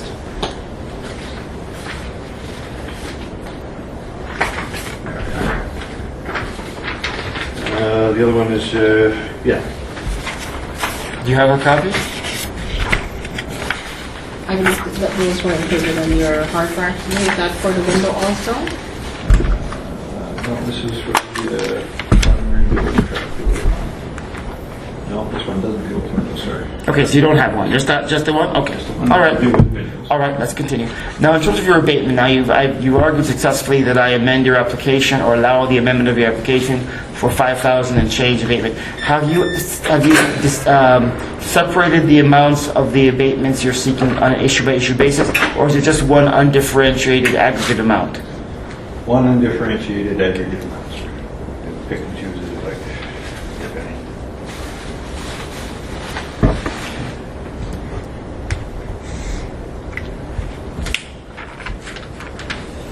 Unreliable supply of hot water. Let's see. So when did the landlord become aware of this? Again, the unreliable supply of hot and cold water, that's the same order from the tribunal from 2011. That was also on there. He's been aware of this for the last 5 years.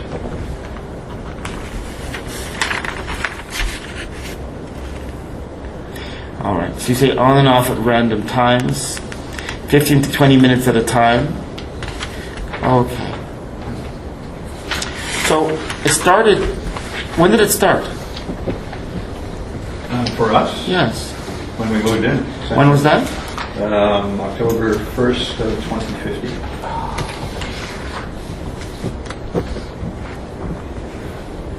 What, if anything, did the landlord do in response to becoming aware? Nothing. He told us it was due to a running toilet, and don't worry about it. So he did nothing? Nothing. And how long did this problem persist for? Still there. Going on. Okay. What's the impact? I can't shower there. I can't tolerate it. Marie can barely. The hot water goes in and out. Water pressure drops. You have no water for up to 15, 20 minutes at a time. So you can't shower there because the water is not to your liking for heat? And it goes cold. Goes ice cold. Sudden changes in temperature trigger migraines for me. So if I take a shower in that apartment, I'm running a risk of a migraine. And you said something else, both of you. There's no consistency to it. If you want to have a shower, and you're going anywhere, you start an hour before you normally would, just because your shower could take you 45 minutes Why? waiting for water temperature Okay. and water pressure. Yeah, the same goes for a bath. It can take up to 40 minutes to fill a bathtub. Anything from bylaw around that? Bylaw wasn't concerned. They said as long as you have water, you've got enough. So did bylaw attend? Yeah. Yeah, When? Was the 6th of It's in January. January. Which year? 2017. But the bylaw officer didn't even include it in her report. She checked to see if there was water, and after that. We're told that's the standard. If they turn on the tap and get water, that's it. That we have to take it up in tribunal.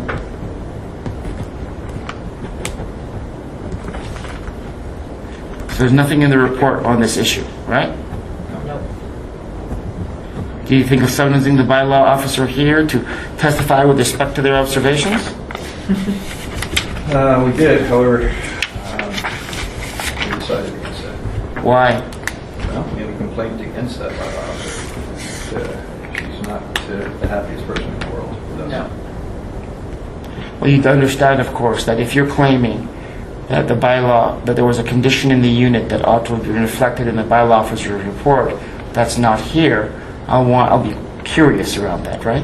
Okay, fair enough, sir. So you didn't summons the bylaw officer because you have some existing complaint against them? Yes. How did that impact your ability to summons them? It doesn't, but I was trying to keep this as simple as possible. We've already involved quite a number of people as far as witnesses go and all the rest of it. So, okay, so it has nothing to do with your complaint then. I'm making notes trying to figure things out. So you didn't call them because you're trying to keep the hearing as simple as possible. Is that what you're saying now? In that respect, yes. Okay. That's a whole other situation that isn't really relevant to this, but that Or, will okay. This is, well, mess with. any discontinuity between your experience and their findings around your experience are likely relevant to my analysis. It's not their findings, it's their actions towards us personally. Okay. And there are witnesses to that too. Well, I'm not interested in that part. You understand where my question is going, right? Yes. I'm not being determinative here, but I'm always interested in findings, investigative findings from the municipal bylaw office because presumably, and it's a rebuttable presumption, but presumably they are neutral as between the parties, presumably they are professionally trained and have a kind of professional obligation around this kind of investigation. That's why I'm interested in reviewing them. Can I sum this up for you in a few short words? Do what you want. Yes, that's the way they're supposed to act, but from higher ups in her own office, that is not what Okay. happened. And again, none of this is ironclad, but I'm interested always. And when you have a concern with respect to the integrity of the reporting, then my hope is that you summons them so I can lift the veil. Does that make sense? So that's why I make this inquiry. Where are they if you doubt the This is integrity of the still report? ongoing. Huh? They did investigate the complaint about the hot, cold water and the water pressure on June 30th. There's no finding here from No them, right? findings. Okay. And they, as I said, they turn on the tap if you get water. That's it. That's standard. I don't know what the standard is, right? Just as long as you understand, because I don't want anyone here to mislead them around what I do. All right. If there is a statutory standard or a bylaw standard, I expect that be adduced into evidence where I can understand it. You haven't done so, so I don't know what the standard is. Do you understand that? I do. Okay. I have a copy of that bylaw, but it basically says there's nothing in there about water pressure. Okay. Yeah. Okay. Whatever you want me to consider, I'm prepared to turn my mind to, but I'm not going to spend the afternoon as you ferret through the bylaw trying to find anything. But there isn't anything. Okay. That's my point. I see. Okay.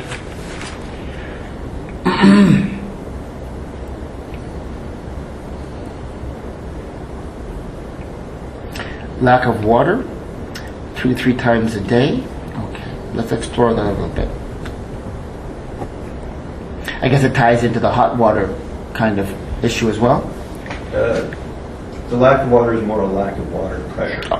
Oh, it's lack of water pressure. Hot and cold. Hot and cold. Okay. All right. The hot water sometimes fails, but the water pressure is okay. Okay. Well, okay. See, you're telling me each of you are telling me things that are inconsistent with the other. So just bear with me a second here. And I think just because we're kind of you're perhaps shifting between issues inadvertently. Just bear with me, okay?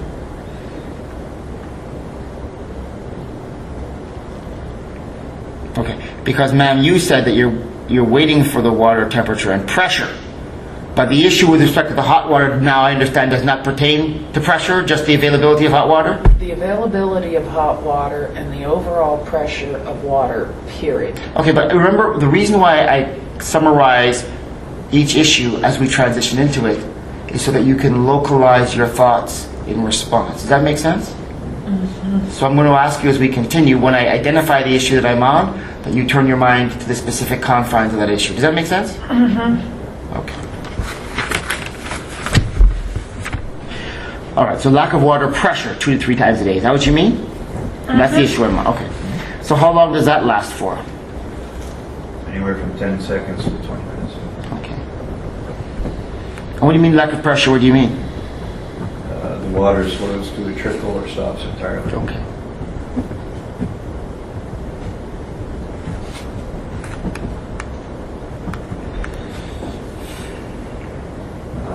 Mr. Paulington is watering the lawns or the gardens around the building, that pressure can go for 2-3 hours at a time. That hasn't happened much this summer, but it did last summer. And when did the landlord become aware of this? 2011, How? through that order from the landlord tenant boards that are built.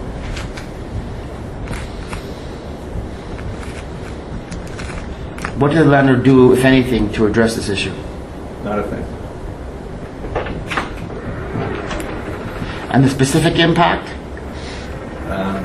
Lack of water makes everything longer. If you want to cook a meal, it takes forever. Clean Filling a the house. bathtub, cleaning. Okay. And just the kind of inadequate hot water, nothing from the city with respect to that, right? The bylaw office. Did you contact the bylaw on this issue? Yes. And what happened there? June 30th. Again, they turned on the hot water, they got hot water, and that's... What's June 30th? June 30th was the 2017. sorry. What is it? That's the day they did their inspection of the property Okay. and wrote 2 of the compliance orders. Okay. One of which I have, right? Correct. And well, actually, I have the January order. You don't have the other one, right? I believe... No one has the due study to evidences yet. Is that correct? That's correct. Okay. Do you have a copy of that, man? Oh, that's... It's... January 5th. Yeah. These It are... would be part January 5th. What's the June one? Okay, that's one of the June ones. I think you got the other one, or you have the other one already. Or do you? No? Where's the other Junes? Okay. There's all 4. Well, do you have copies for the landlord? Sorry? They were already given all of these. Through your disclosure? They should have, yes. No, well, you would know whether or not you gave That's them what to I'm them in saying. disclosure. I did. When you say they should have, I don't know what you mean by I that. did the disclosure. If I may have just a... Sure, why don't you take a quick look at those? Just a second. Because I did receive a few on the flash drive. Plus, they would have been given them by bylaw. I'm more interested around whether they were included in the context of disclosure as well, subject to an admission of the landlord having them in his possession.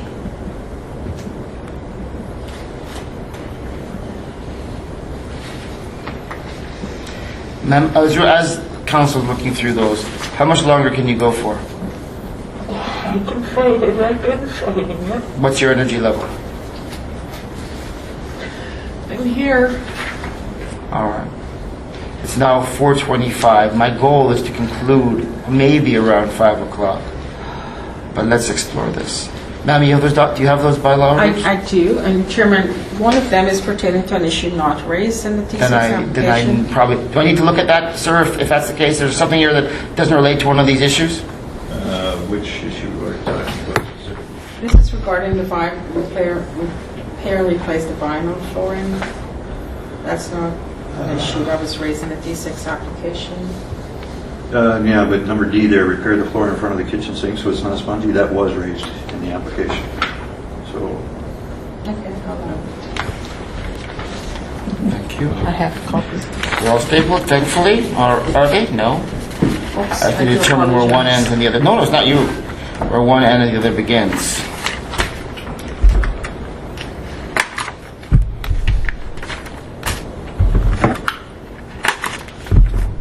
Okay, So, in relation to the lack of hot water, do we have one of these? Does one of these reports speak to that? No. Really? They won't put it on the report if it doesn't concern them. It doesn't concern bylaw, the absence of water? Well, as I said, sir, they tested it once and it was there. We did offer them logs of the incidents and all the rest, but Oh, when the date of testing, the water was flowing? yes. Oh, there was adequate pressure. Yep. Did you contact them subsequently and bring them in? No. Why not? Well, that was June 30th of this year. As I said, we still have some complaints. We figured we'd just go through the hearing and see what turned out there and go back to bylaw with any issues that need correcting after that.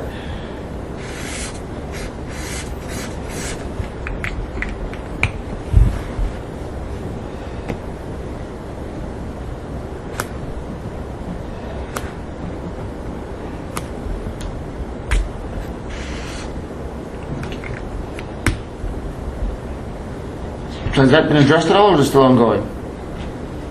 The The what specific? the water pressure issue? Water pressure, no, it hasn't. Okay. And as with all of these issues, do I infer that you are simply, you have this aggregate abatement request, nothing broken down, correct? Correct. Okay. And the impact, again, everything was slower. You said we wanted to cook. Is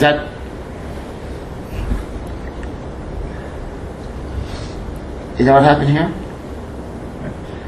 It makes bathing, washing dishes, cleaning, pretty much any task involving water longer. Okay.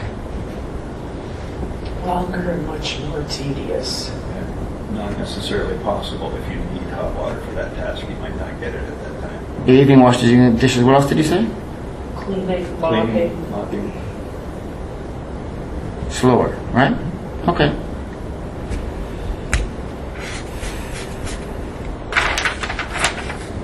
Carpets, all three in the bedrooms, stained from the beginning of the tenancy, before the beginning of the tenancy. All right. Okay. So the landlord said at the beginning of the tenancy he'd replace, right? Yes. After we had been there for a while and proved we were good tenants. And he did not replace it, correct? That was your evidence? Correct.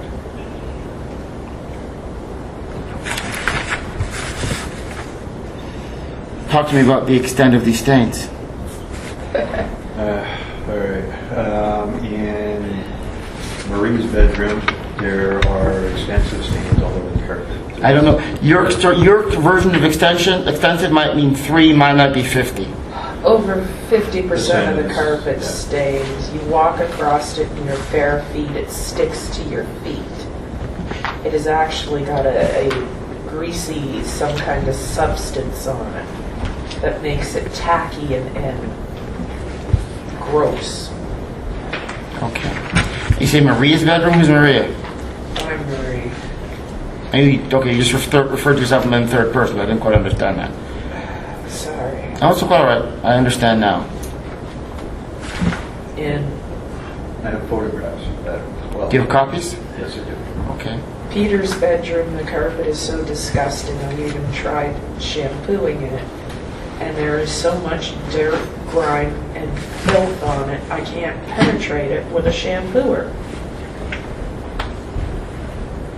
The third bedroom, Thank you. it's not that it's stained, it's smelled since the day we moved in there. I haven't been able to get that smell out. Again, I've tried shampooing.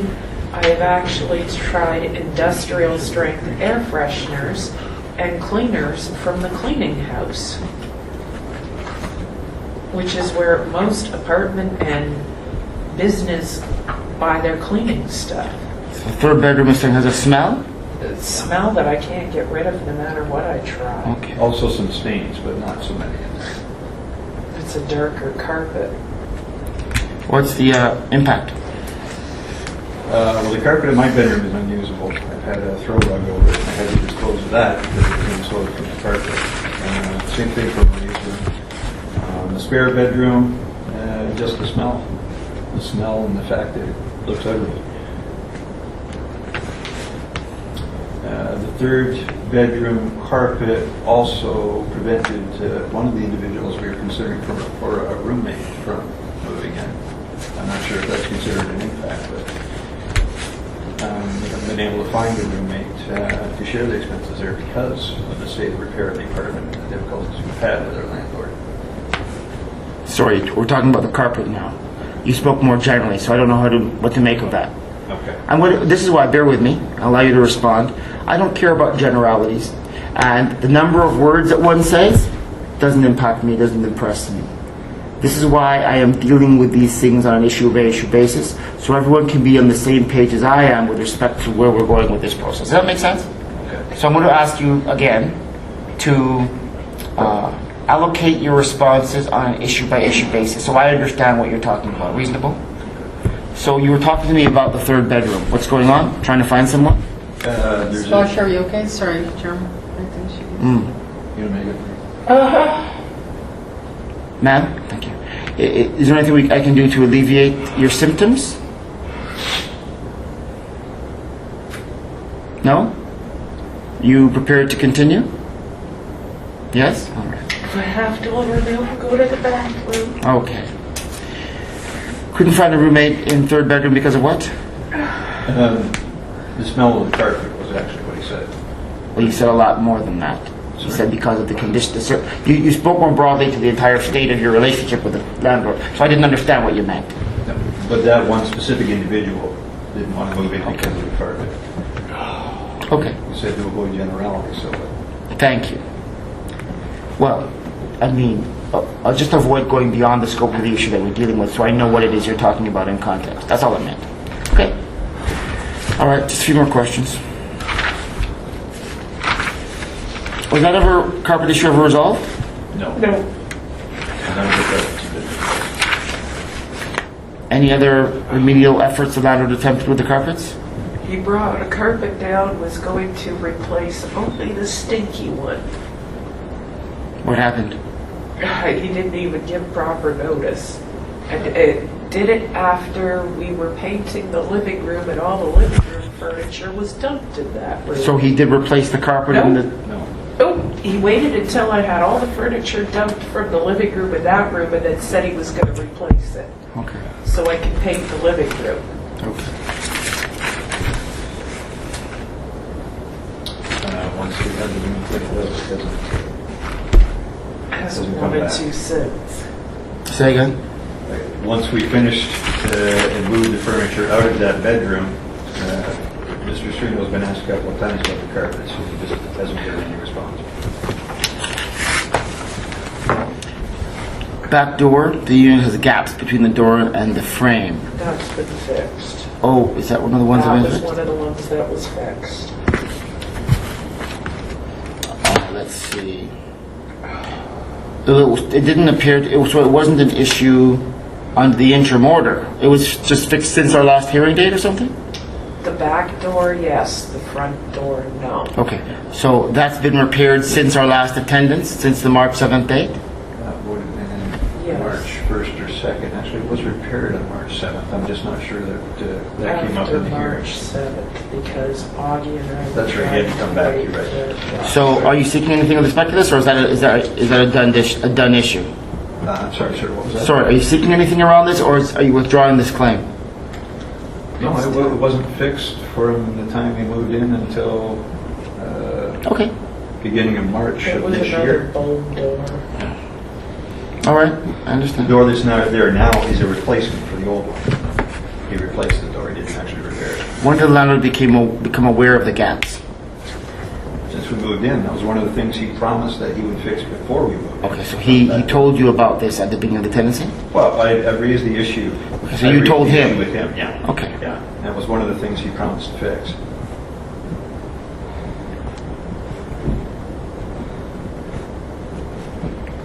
And sorry, and it was fixed, you say, March the 7th, is that right? Or after March 7th of this year? I think Augustino did some touch-up work February on it 22nd. in June, but for the most part, beginning of March, into February, somewhere in there was fixed. Well, ma'am, you say February 22nd, is that February right? 22nd is Okay. when he was supposed to do it, and his brother came in. And it was after February 22nd, because he had to come So, back. okay, I don't know what after means. You say on or about February 22nd? No. Or June 15th? What is after February 22nd Sometime mean? in between March 7th and February 22nd. I can't tell Okay. you the exact date. I All don't right. have the paper. Okay. I can only ask you for what you know. All right.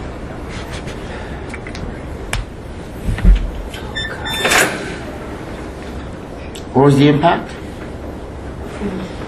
Our kitchen was colder because of that, because it didn't seal. We had bugs coming in, we had mice coming in.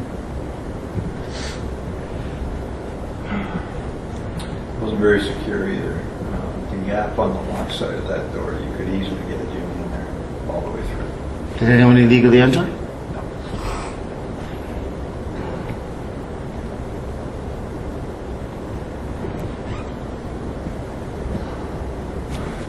Not to our knowledge anyway.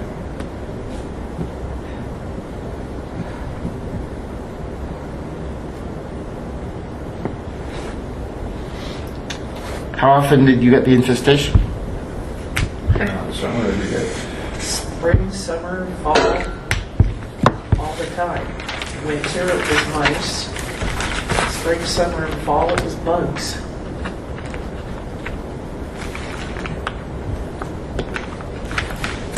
I know because my cat was killing mice. And I was finding them.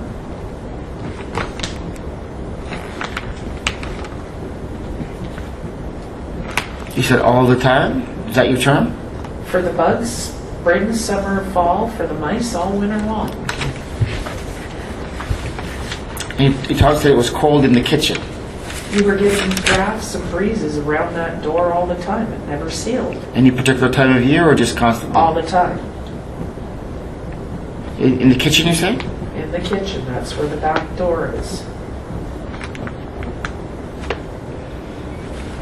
Any temperature readings? Bylaw would have those, not us. Well, if you don't have it, I don't have it. That's what I'm saying. We don't have it. Do you take temperature readings? the kitchen. Why not? As I said, once we got the space heaters, the apartment was adequately heated for winter. By this summer, the door will get replaced.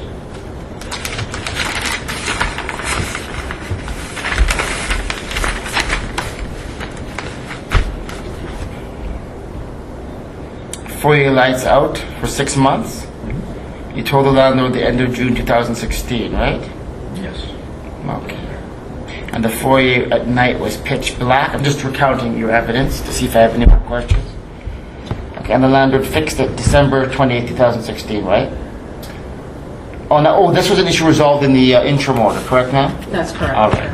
Is that right, sir, ma'am? I believe so, yeah. Okay. Soft spot on kitchen floor. Told the landlord from the start of the tenancy, 8 inches across in front of the sink. We have some photos of that. And when you do your dishes, worry about going through it. All those ones. Yeah, we have they're black and white printouts, but they're that shows the damage under the tiles. Little lamp. What's it showing me?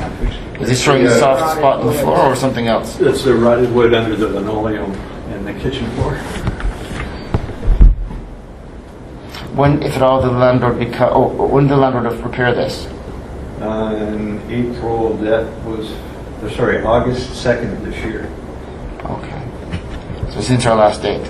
Correct.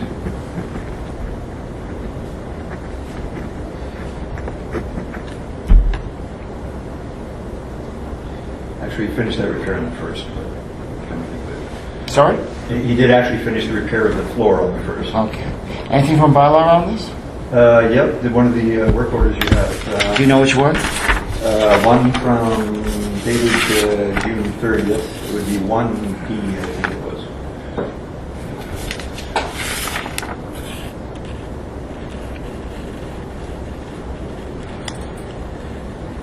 Ma'am, do you see this anywhere in these orders? I have charged. Is it in here somewhere? It's 17-117393. Yes. and it's 1D, repair the kitchen, Okay. sorry, repair the corner from the kitchen sink so it's not spunky. All right. That was one of the ones we complained about on January 6th, but they hadn't, the bylaw officer didn't put it in a report, so that's the re-inspection. And the impact was simply that it was you worried about going through the floor, but it was just a spongy impact. Is that correct? Yeah, you had to be careful taking pictures. Did you go through the floor? Okay.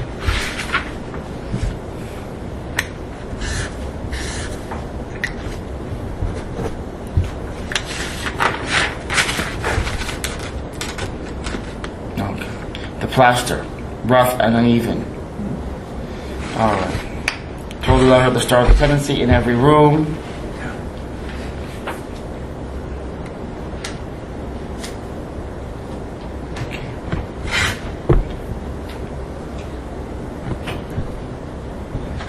So where was this located?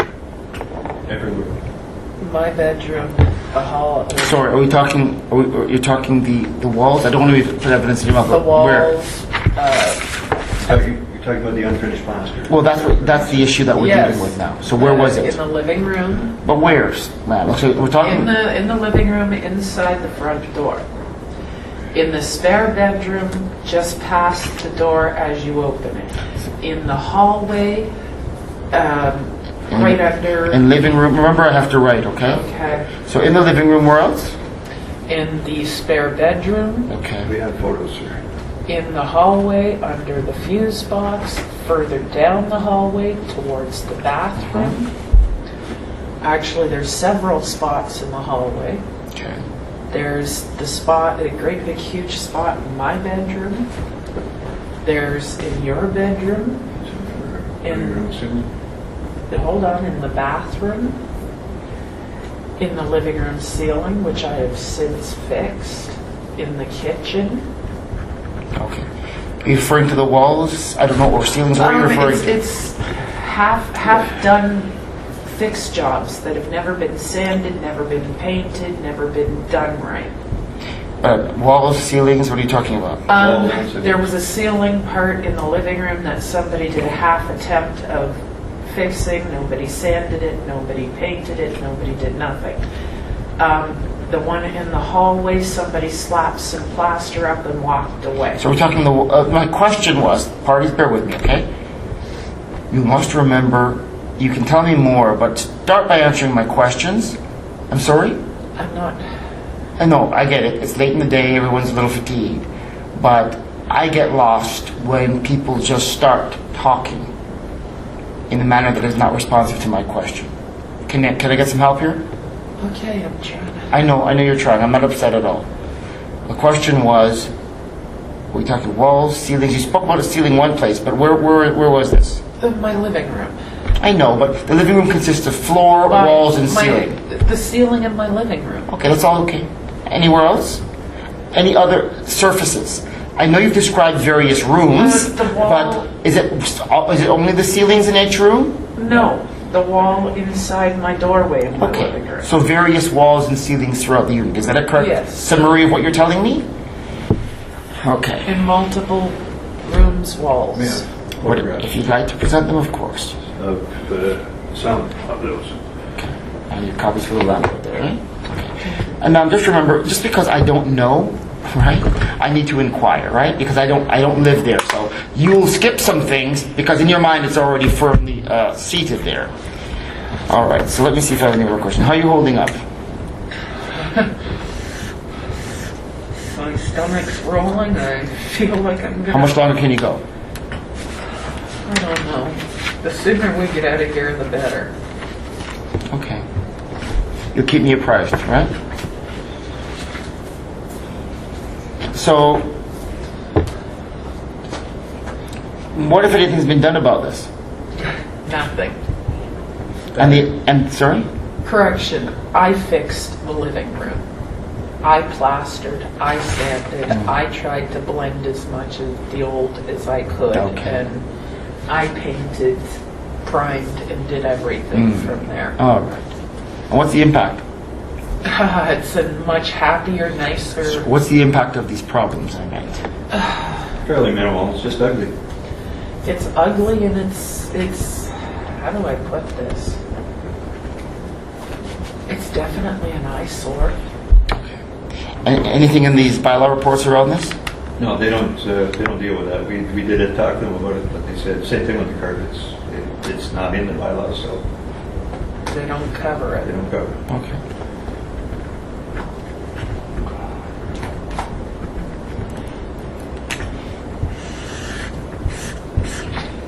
More of a cosmetic issue, I guess, is what you'd have me understand, right? It can have a long-term impact, but Front door has gaps between the frame and the door. You say since you've moved in, right? correct. All right. Conforming And to that the, too. okay. And the landlord was informed, right, from the beginning of the tenancy? That's what you said? Yeah, the doors are one of the things that he promised to fix Okay. before we move in. All right.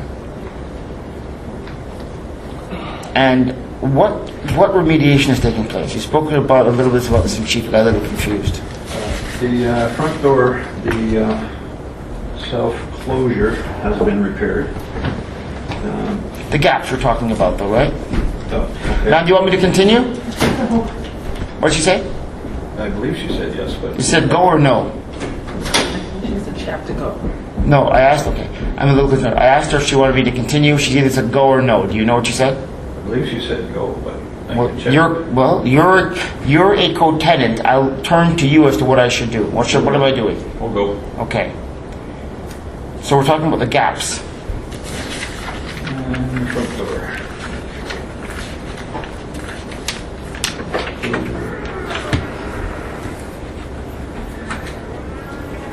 Sorry, sir. We're talking about when they were repaired, if at all, when this issue was repaired.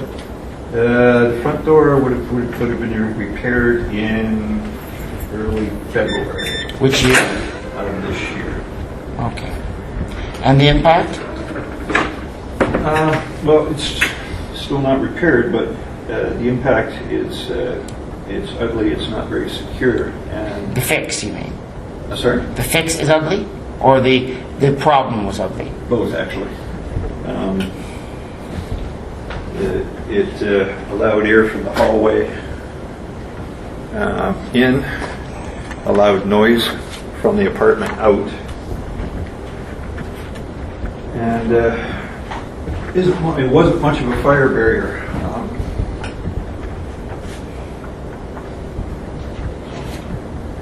The locking mechanism did not function at that time. Augustino replaced that, and the doorknob didn't work. You had to We're use talking the- about the gaps, though, right? Okay. That's the issue. Okay. I'd like us to focus on that. All right. So the problem was air from the hallway got in, a noise from inside got out, right? Correct. Anything from bylaw around this? Yes, they ordered them to repair it on January 6th on one of those. One of those reports? Could you identify which one we're talking about? Oh, I see one here. And this is the problem with just dumping documents on my lap. I usually don't allow that, but since they're all related to the bylaw order, I thought I'd receive them as you presented them.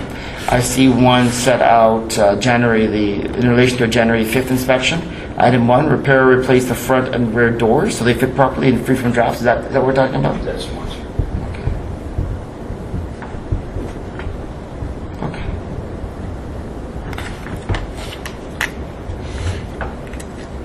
And that was repaired when? Oh, February 2017, eh? All right.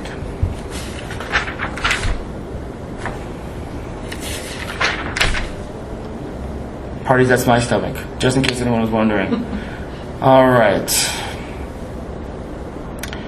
3 bedrooms need doors of 3 bedrooms need replacement. That was settled at the end. Oh, I see that. Thank you. And we're circling back to the windows. I think you actually raised the windows twice in the presentation of your evidence in chief. Because I have the very similar, very same wording in my number 12 and my number 1. Did you mean to be distinctive one window issue versus the other? Now, you know what? Well, there are two issues with the windows. The fact that they're broken and that the fact that they were contributing to the heat problem. Okay. I'm not sure which If you're not sure, I won't be sure. issue it was. Okay. You were asking me, we were discussing, but there were two. Okay, well, let's explore that then. All right.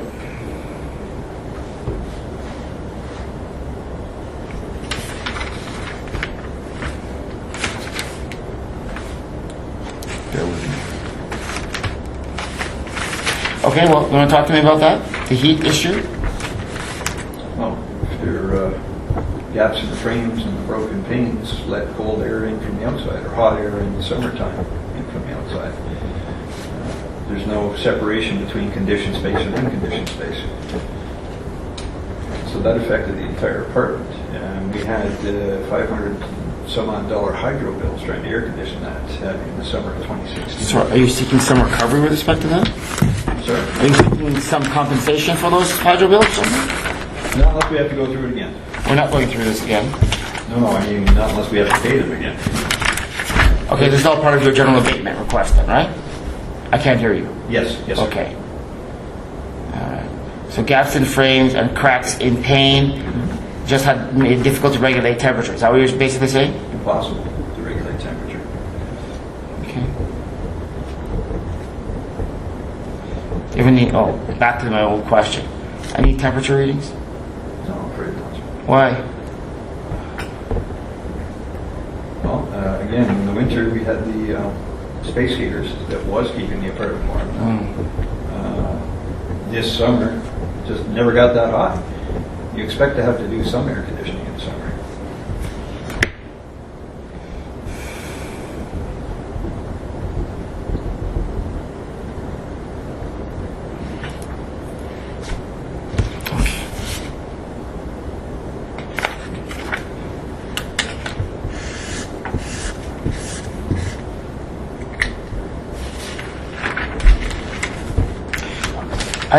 See, I'm a little confused around this because, in one day you indicated that in one instance, the bylaw came, and on the day they came, the temperature in the unit was adequate because the space heaters provided the landlord made it good, and you never called the bylaw again.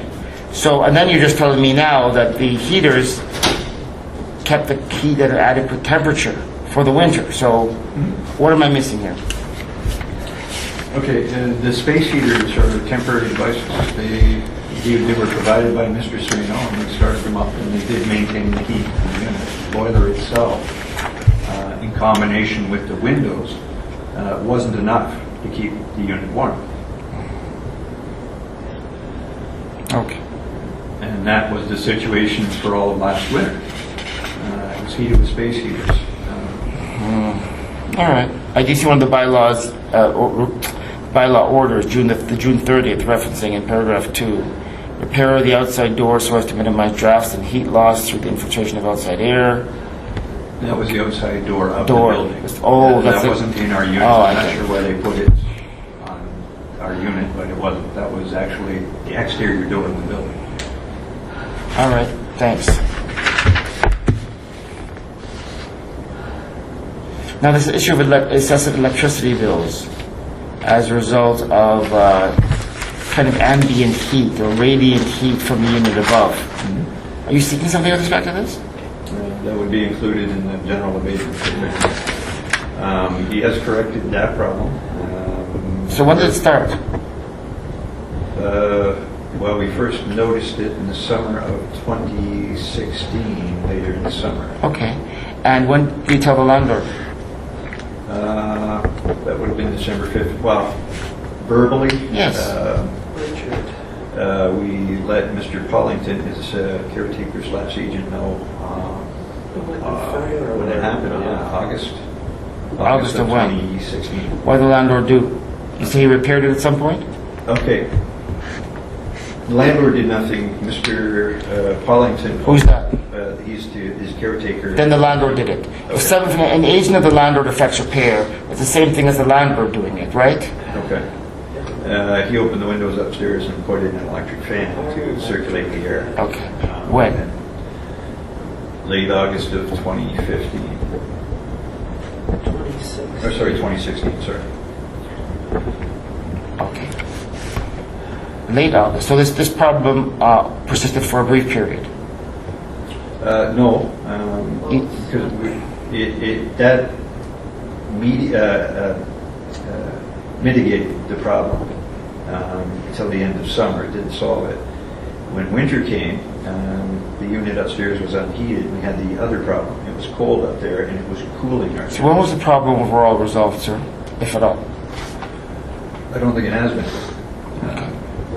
I mean, again, it was greatly mitigated this summer because it just wasn't that hot. So that unit at the finished attic upstairs wasn't adding much heat load to our apartment. All right. I think that concludes my questions. Actually, just lastly, and I don't think you got to it in chief, what is this? What is the complex? What's the building that the unit is housed in? It has 4 3-bedroom units. It's split. It's a split duplex. One side is mirror image of the other. So I'll describe the right-hand side facing it. I don't want to get into too much detail. Okay. So it's a duplex? No, it's a 4-plex with 2 finished Okay, attics. 4-plex. With 2 finished attics. Triplex? The triplex. Is that It's a semi-detached home with 3 units on each side. semi-detached home? So is that 6 units in total? Yes. So how is it a 4-plex? You just converted some rooms? I don't know, he said it was a 4-plex. What do you say it is? I'd say it's a triplex on each side. So 6-plex? 6 together, but it's 2 separate distinct addresses, 97 and 99 East Avenue. Okay. It's one building, 2 addresses. So the complex is, it's one building or 2 buildings? It's 2 houses attached together, semi-detached. Totally separate from each other. All right, I'll just call it a semi-detached. Semi-detached. All right. And how many rental units in the semi that you occupy? 2 plus a finished attic. So 2 rental units? Yeah. Okay. Well, I don't need to know about the attic. I was only asking about the units.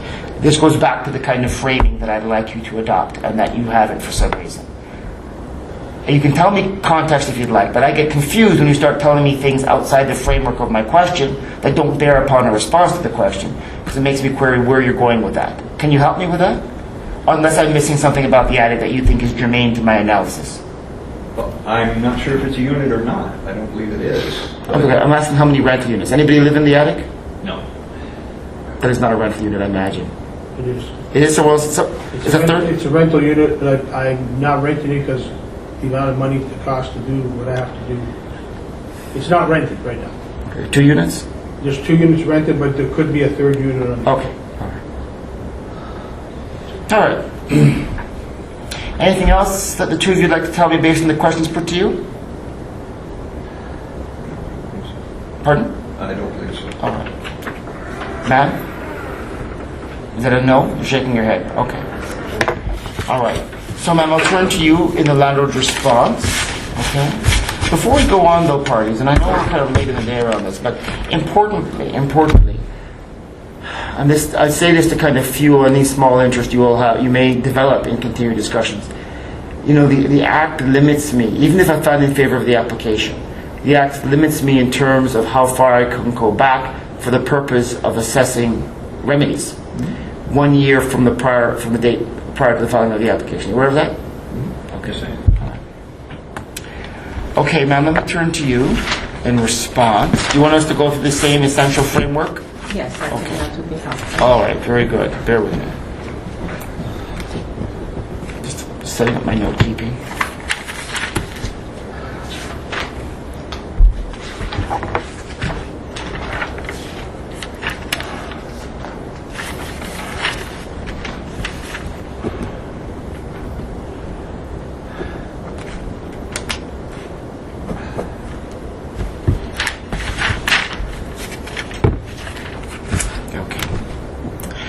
So the first issue, windows, 6 out of 9 in the unit, broken panes, missing screens.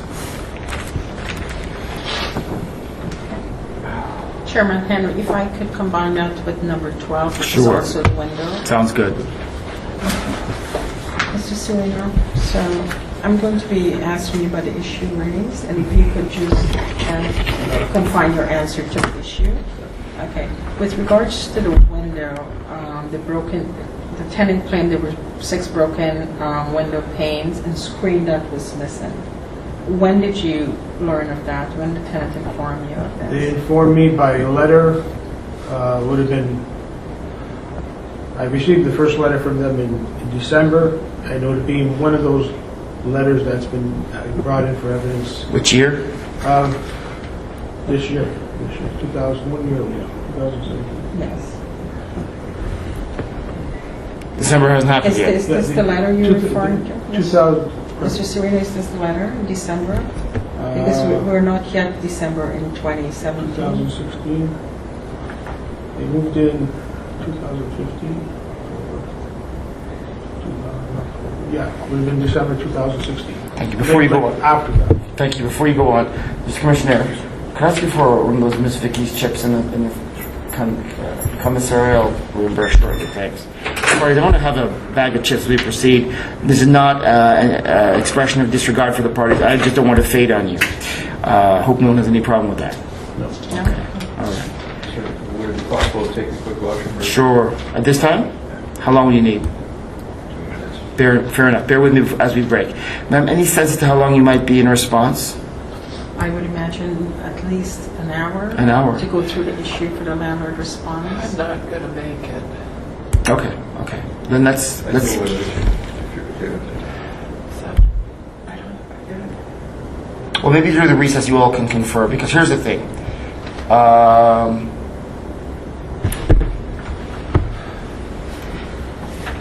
I'm not going to compel anyone if there's an issue. Thank you, sir. If there's an issue of illness that requires someone to break, I typically don't compel the remaining co-tenant or co-landlord to proceed in their absence. But I'll be open to any submissions you may mutually have. Okay. I don't know if I'll be here till 6. You say 6 o'clock, ma'am? Probably. Yes, probably. I do have 2 witnesses who would speak to this matter also, so Does the 6 o'clock, does the hour include my hearing from them? I'm hoping to, but it might go over to an hour and a half to accommodate. 6:30. Yes, I would estimate. Well, here's what we're going to do. Well, I appreciate that candor, because if you told me 6 and 6:30 we're stumbling over the end of your response, you'll not find me happy. And I wouldn't want that. Oh, thank you. So let's contemplate this, parties. We have an option here. Ma'am, you apparently are unwell. And I don't anticipate going beyond 6 o'clock in any event, which may suggest we may not conclude on the T6 today. Okay. This may represent an opportunity for a natural break, I'm not sure. Ma'am, assess your continued health, assess whether you want your co-tenant to proceed in your absence, and also contemplate the possibility we're not going to conclude on the T6 no matter what here today. All right, so let's recess and we'll recall this matter in 5 minutes. Thank you, parties.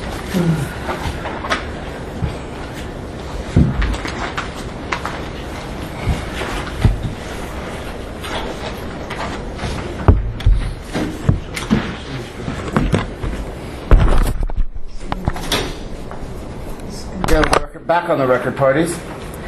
All right, so where are we?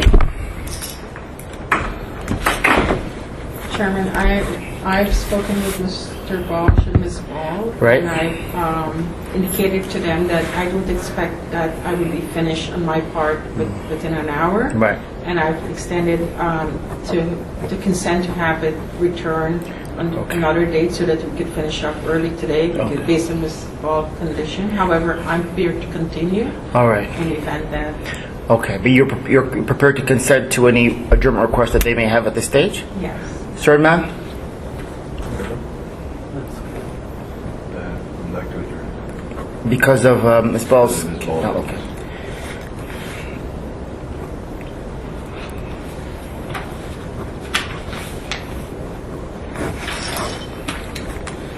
All right. You know, party, I think this is one of those cases where we're just going to have to take our time and get through. This will take as long as it takes. All right? I don't know if I'll be able to easily establish the kind of block time that was directed to this day. We've been a little over 2 hours at this. How about this? Why don't we do it this way? Here's an idea, okay? Well, I'm very concerned with respect to your symptoms, okay? They obviously are severe by your manifestation today. I'm worried as a function of that as to your ability to truly engage this process. Okay, now you've been telling me that you're okay to go, and that when you need a break, you go and you allow this gentleman to proceed in your absence, right? In terms of your symptoms, do they come with any kind of predictability so that we can stage the return of this? No? They just come as they come? Weather, Okay. environment, I Okay. have no rhyme. I'm seeing a specialist. This has actually held up my specialist. How's that? He had to cancel last Oh, because of scheduling conflicts? No, he had to cancel on his own. He tried to schedule me in this week. I have to. Okay. How do we do this then? How is this? Okay? In that this is the tenant's application, right? So they're the ones who bear the brunt of any delay resulting from, us not being able to conclude this in a timely way.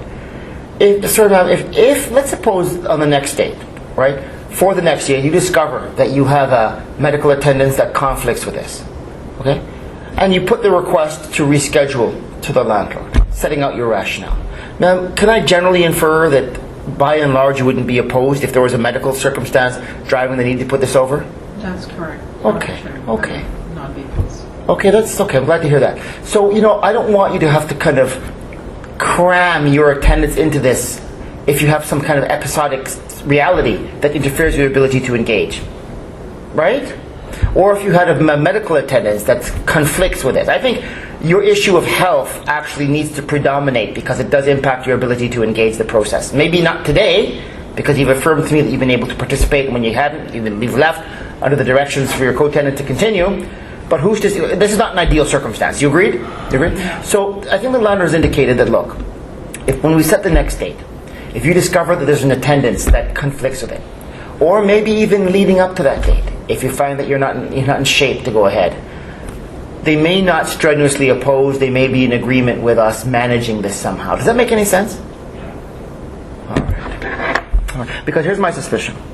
I can't speak conclusively to this, but we have a lot of more terrain to get through. Okay, a lot. What that actually suggests to me, particularly in connection with what I'm observing today around your symptomology, is that we probably can't direct a huge block of time in any event if your symptomology manifests the way in the next day that it does today. It seems to me you can only take this in bite-sized chunks. Am I reading too much into this? Yes and no. The weather affects it. All right. And look at the wacky weather we've had. Okay. Here, may I make a suggestion, parties? I'm glad we're all here to kind of frame this out.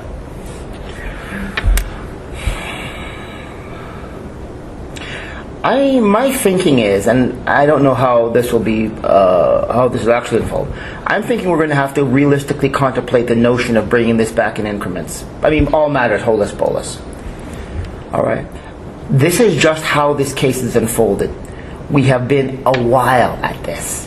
Okay? And I think pardon me? 9 months. Well, right. I think the exploration that we are engaged in is necessary.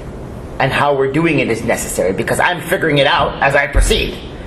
Because, I'm hearing what I need to hear from you to understand your position, and that's the important piece, no matter how long it takes. Agreed? Okay. But there is an implicit time commitment to that we have to just become comfortable with. I'm comfortable with it. And we have, 13 issues.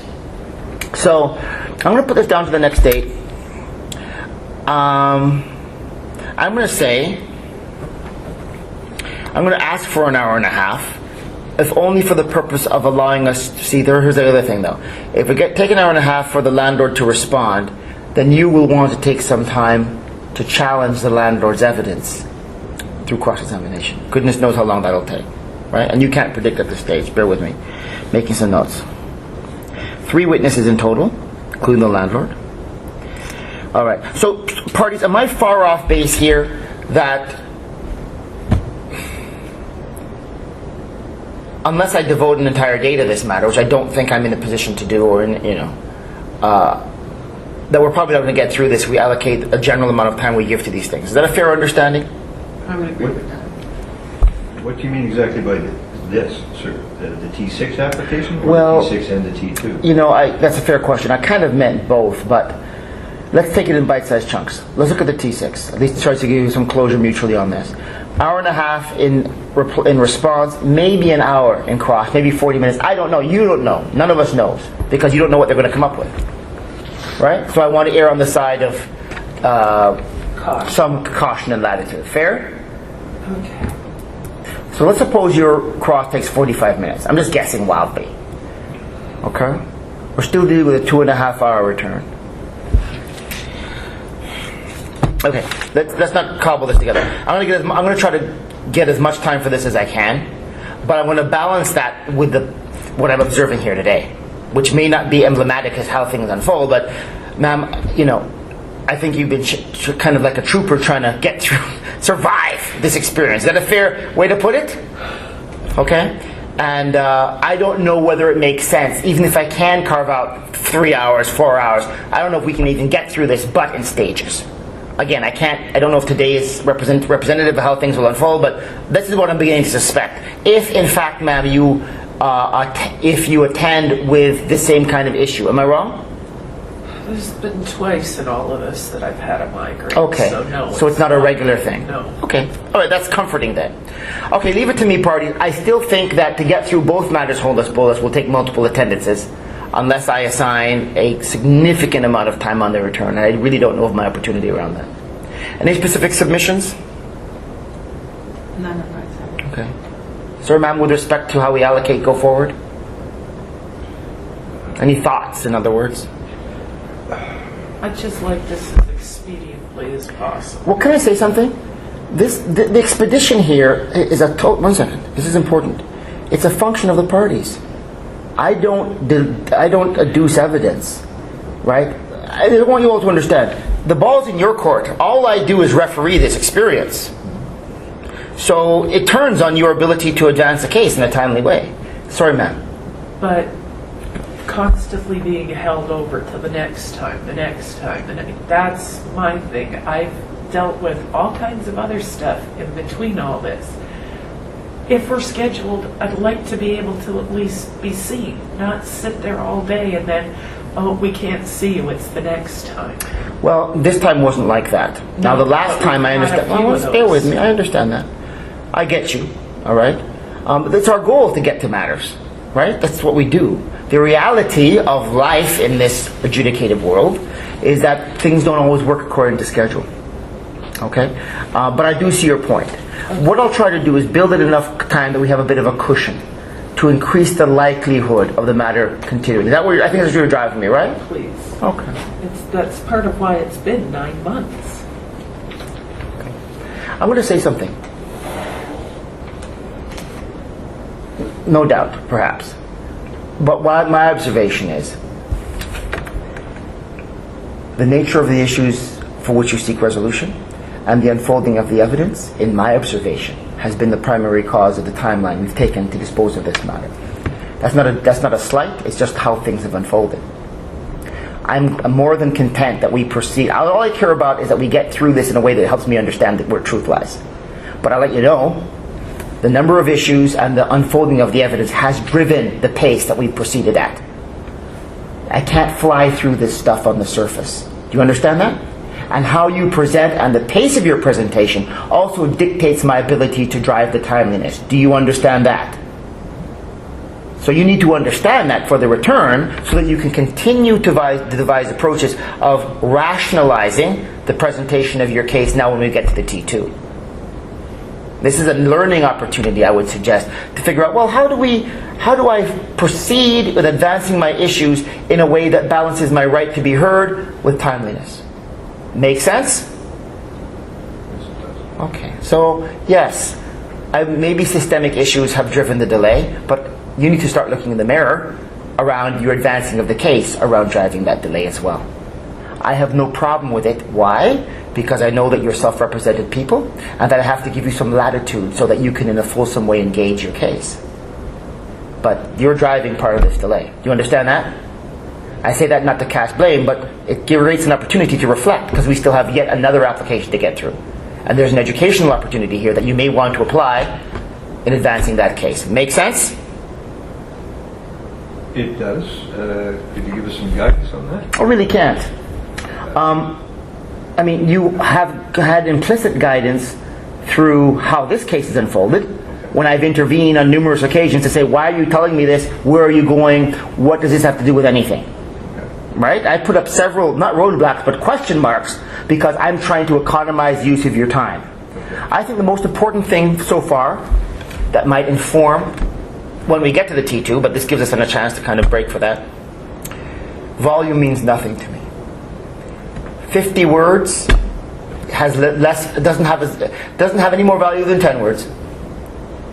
I need to be brought to your worldview in a way that doesn't get me lost in the forest. That's all I care about. And so that's why I invite and have invited, before you respond, reflect on the question, because I don't need immediacy of response. I don't attach a special value because someone answers immediately. I don't attach a special value in 500 words versus 30 words. I just need to be taken to your truth in a way that doesn't get me lost in the forest. And volume of words sometimes, as you've seen, gets me lost. Does that have any bearing, any relevance to you? Mr. Henry's not impressed by that stuff. Tell me your truth.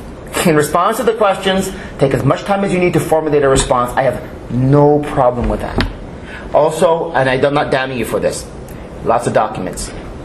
Continue to become familiar with those documents so that you can find them in the context of your ongoing cases in a quick way. And I do recognize that when you're asked to present something by way of cross-examination or my clarification questions, I don't expect you to have instant recall of documents to support your position because you don't even know what I'm going to ask you. Does that make sense? But having the general knowledge of those documents will help. That's all I can say so far. This is not me damning you at all, but this is me setting the record straight. That the timeline we've taken in this position here has been driven, at least in part, and maybe more than in part, by the natural unfolding of the case. The number of issues and the way in which you presented the case. That's the truth. I have no problem with that. But I think if you start to take ownership of that, you can reflect on presenting in a way that is also economical. Fair? Fair. Ma'am? Okay. All right. So any other housekeeping matters? No, not myself. Okay. Here's what we can do, though.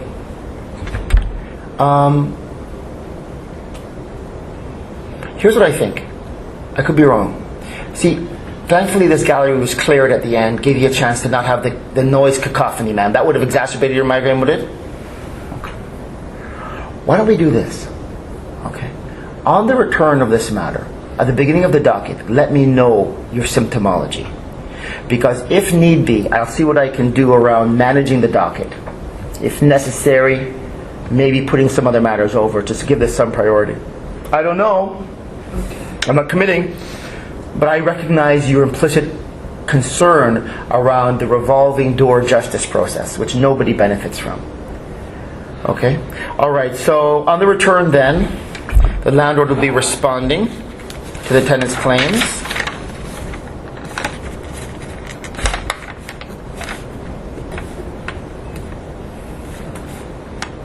Isn't that interesting, Lombardi? We've been 2 hours at this, and we've just gotten through cross-examination. You know what that tells me, though?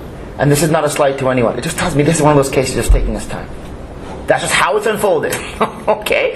And here's what I don't want. I'd rather us take the time that is needed rather than any of you walking over there and say, man, Mr. Henry, he really shortchanged me. I wanted to speak to this particular issue and he denied me that opportunity. I don't want that. I'd rather us be fulsome. Any concerns there? No. All right. Okay, so in terms of dates that don't work, does anybody know? Do you know you're unavailable to debate dates, Not this man? one, but I can provide that to Okay. you within 48 hours. Good idea. Maybe both parties provide me with dates that they're unavailable 48 hours from now for the next 3 months, okay?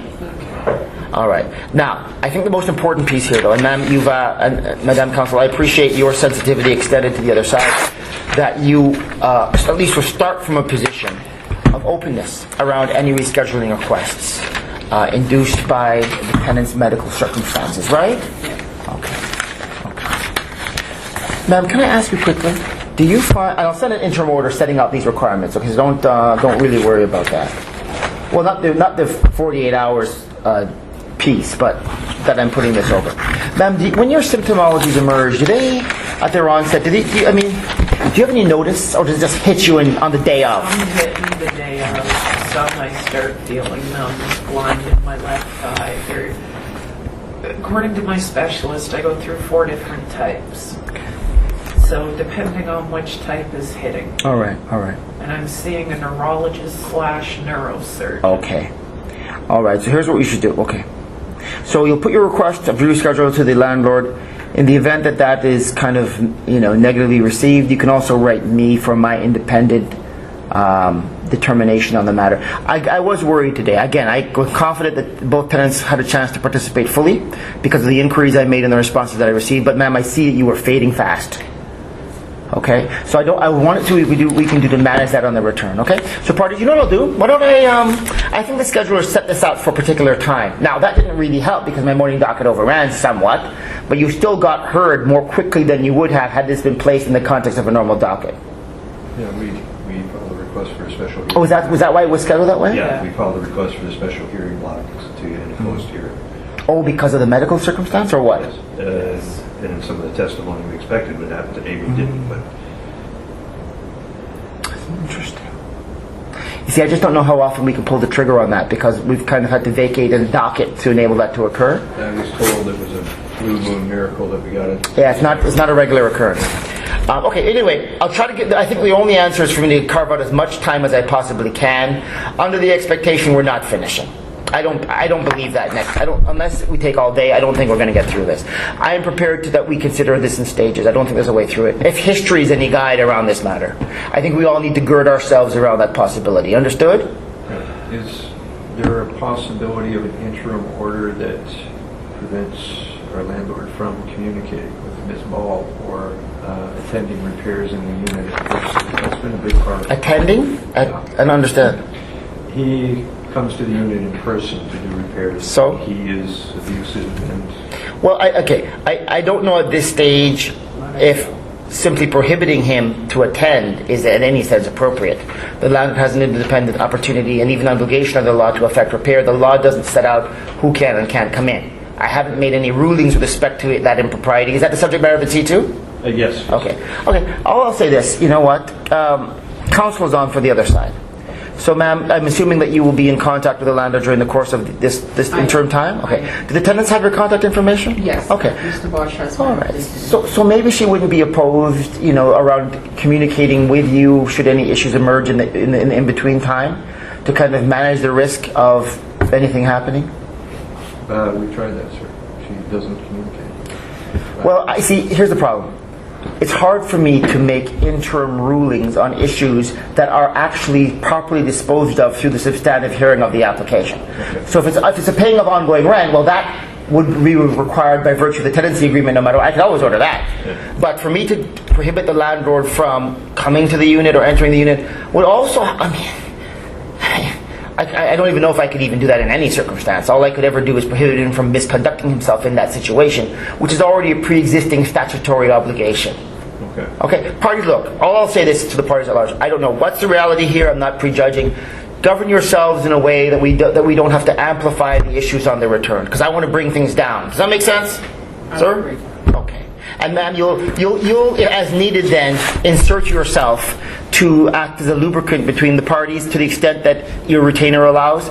Yes, and I've responded to Mr. Bosch. However, it might not be a resolution that he is seeking. Okay. I represent the landlord, Right. so I do offer myself as in-between, but I don't promise to. No, I mean, resolution may not be possible except through board process, but some kind of intermediary engagement so that there is not bone on bone Yes. at all times. I can't go more than that. I can't rule one way or the other. I'll say to you, sir, as the landlord, again, I have no sense of the truth. I'm not in agreement with the tenant's assertions here because I don't know them, right? That's factual. But if there is an opportunity here to revisit how you engage them, if there is such an opportunity, may I invite you to take advantage of that? May I invite you to speak with counsel? There may be even something unconscious. I'm not saying conscious or they're not, who knows. But there may be something in the engagement one way or the other that may create static. I'm not saying there is. I'm not asking for your response. You're going to bear with me. The only time I've visited their units is when they requested for me Okay, to appear. whatever. All I'm saying is I'm not ruling on this. I'm only asking that you all, in the interim, revisit your engagement with each other so that we're not dealing with yet further concerns on the return. Can everyone at least turn their minds to that? But if I deem the necessary repairs, I'm not saying don't go to the unit. okay. Ma'am, you'll communicate to the landlord, Have okay? a discussion with Mr. Serena with regards to what's expected. Thank you so much. Parties, I guess I'll see you here again. Thank you very much. The hearing is adjourned. Thank you, Chair. Thank you, ma'am.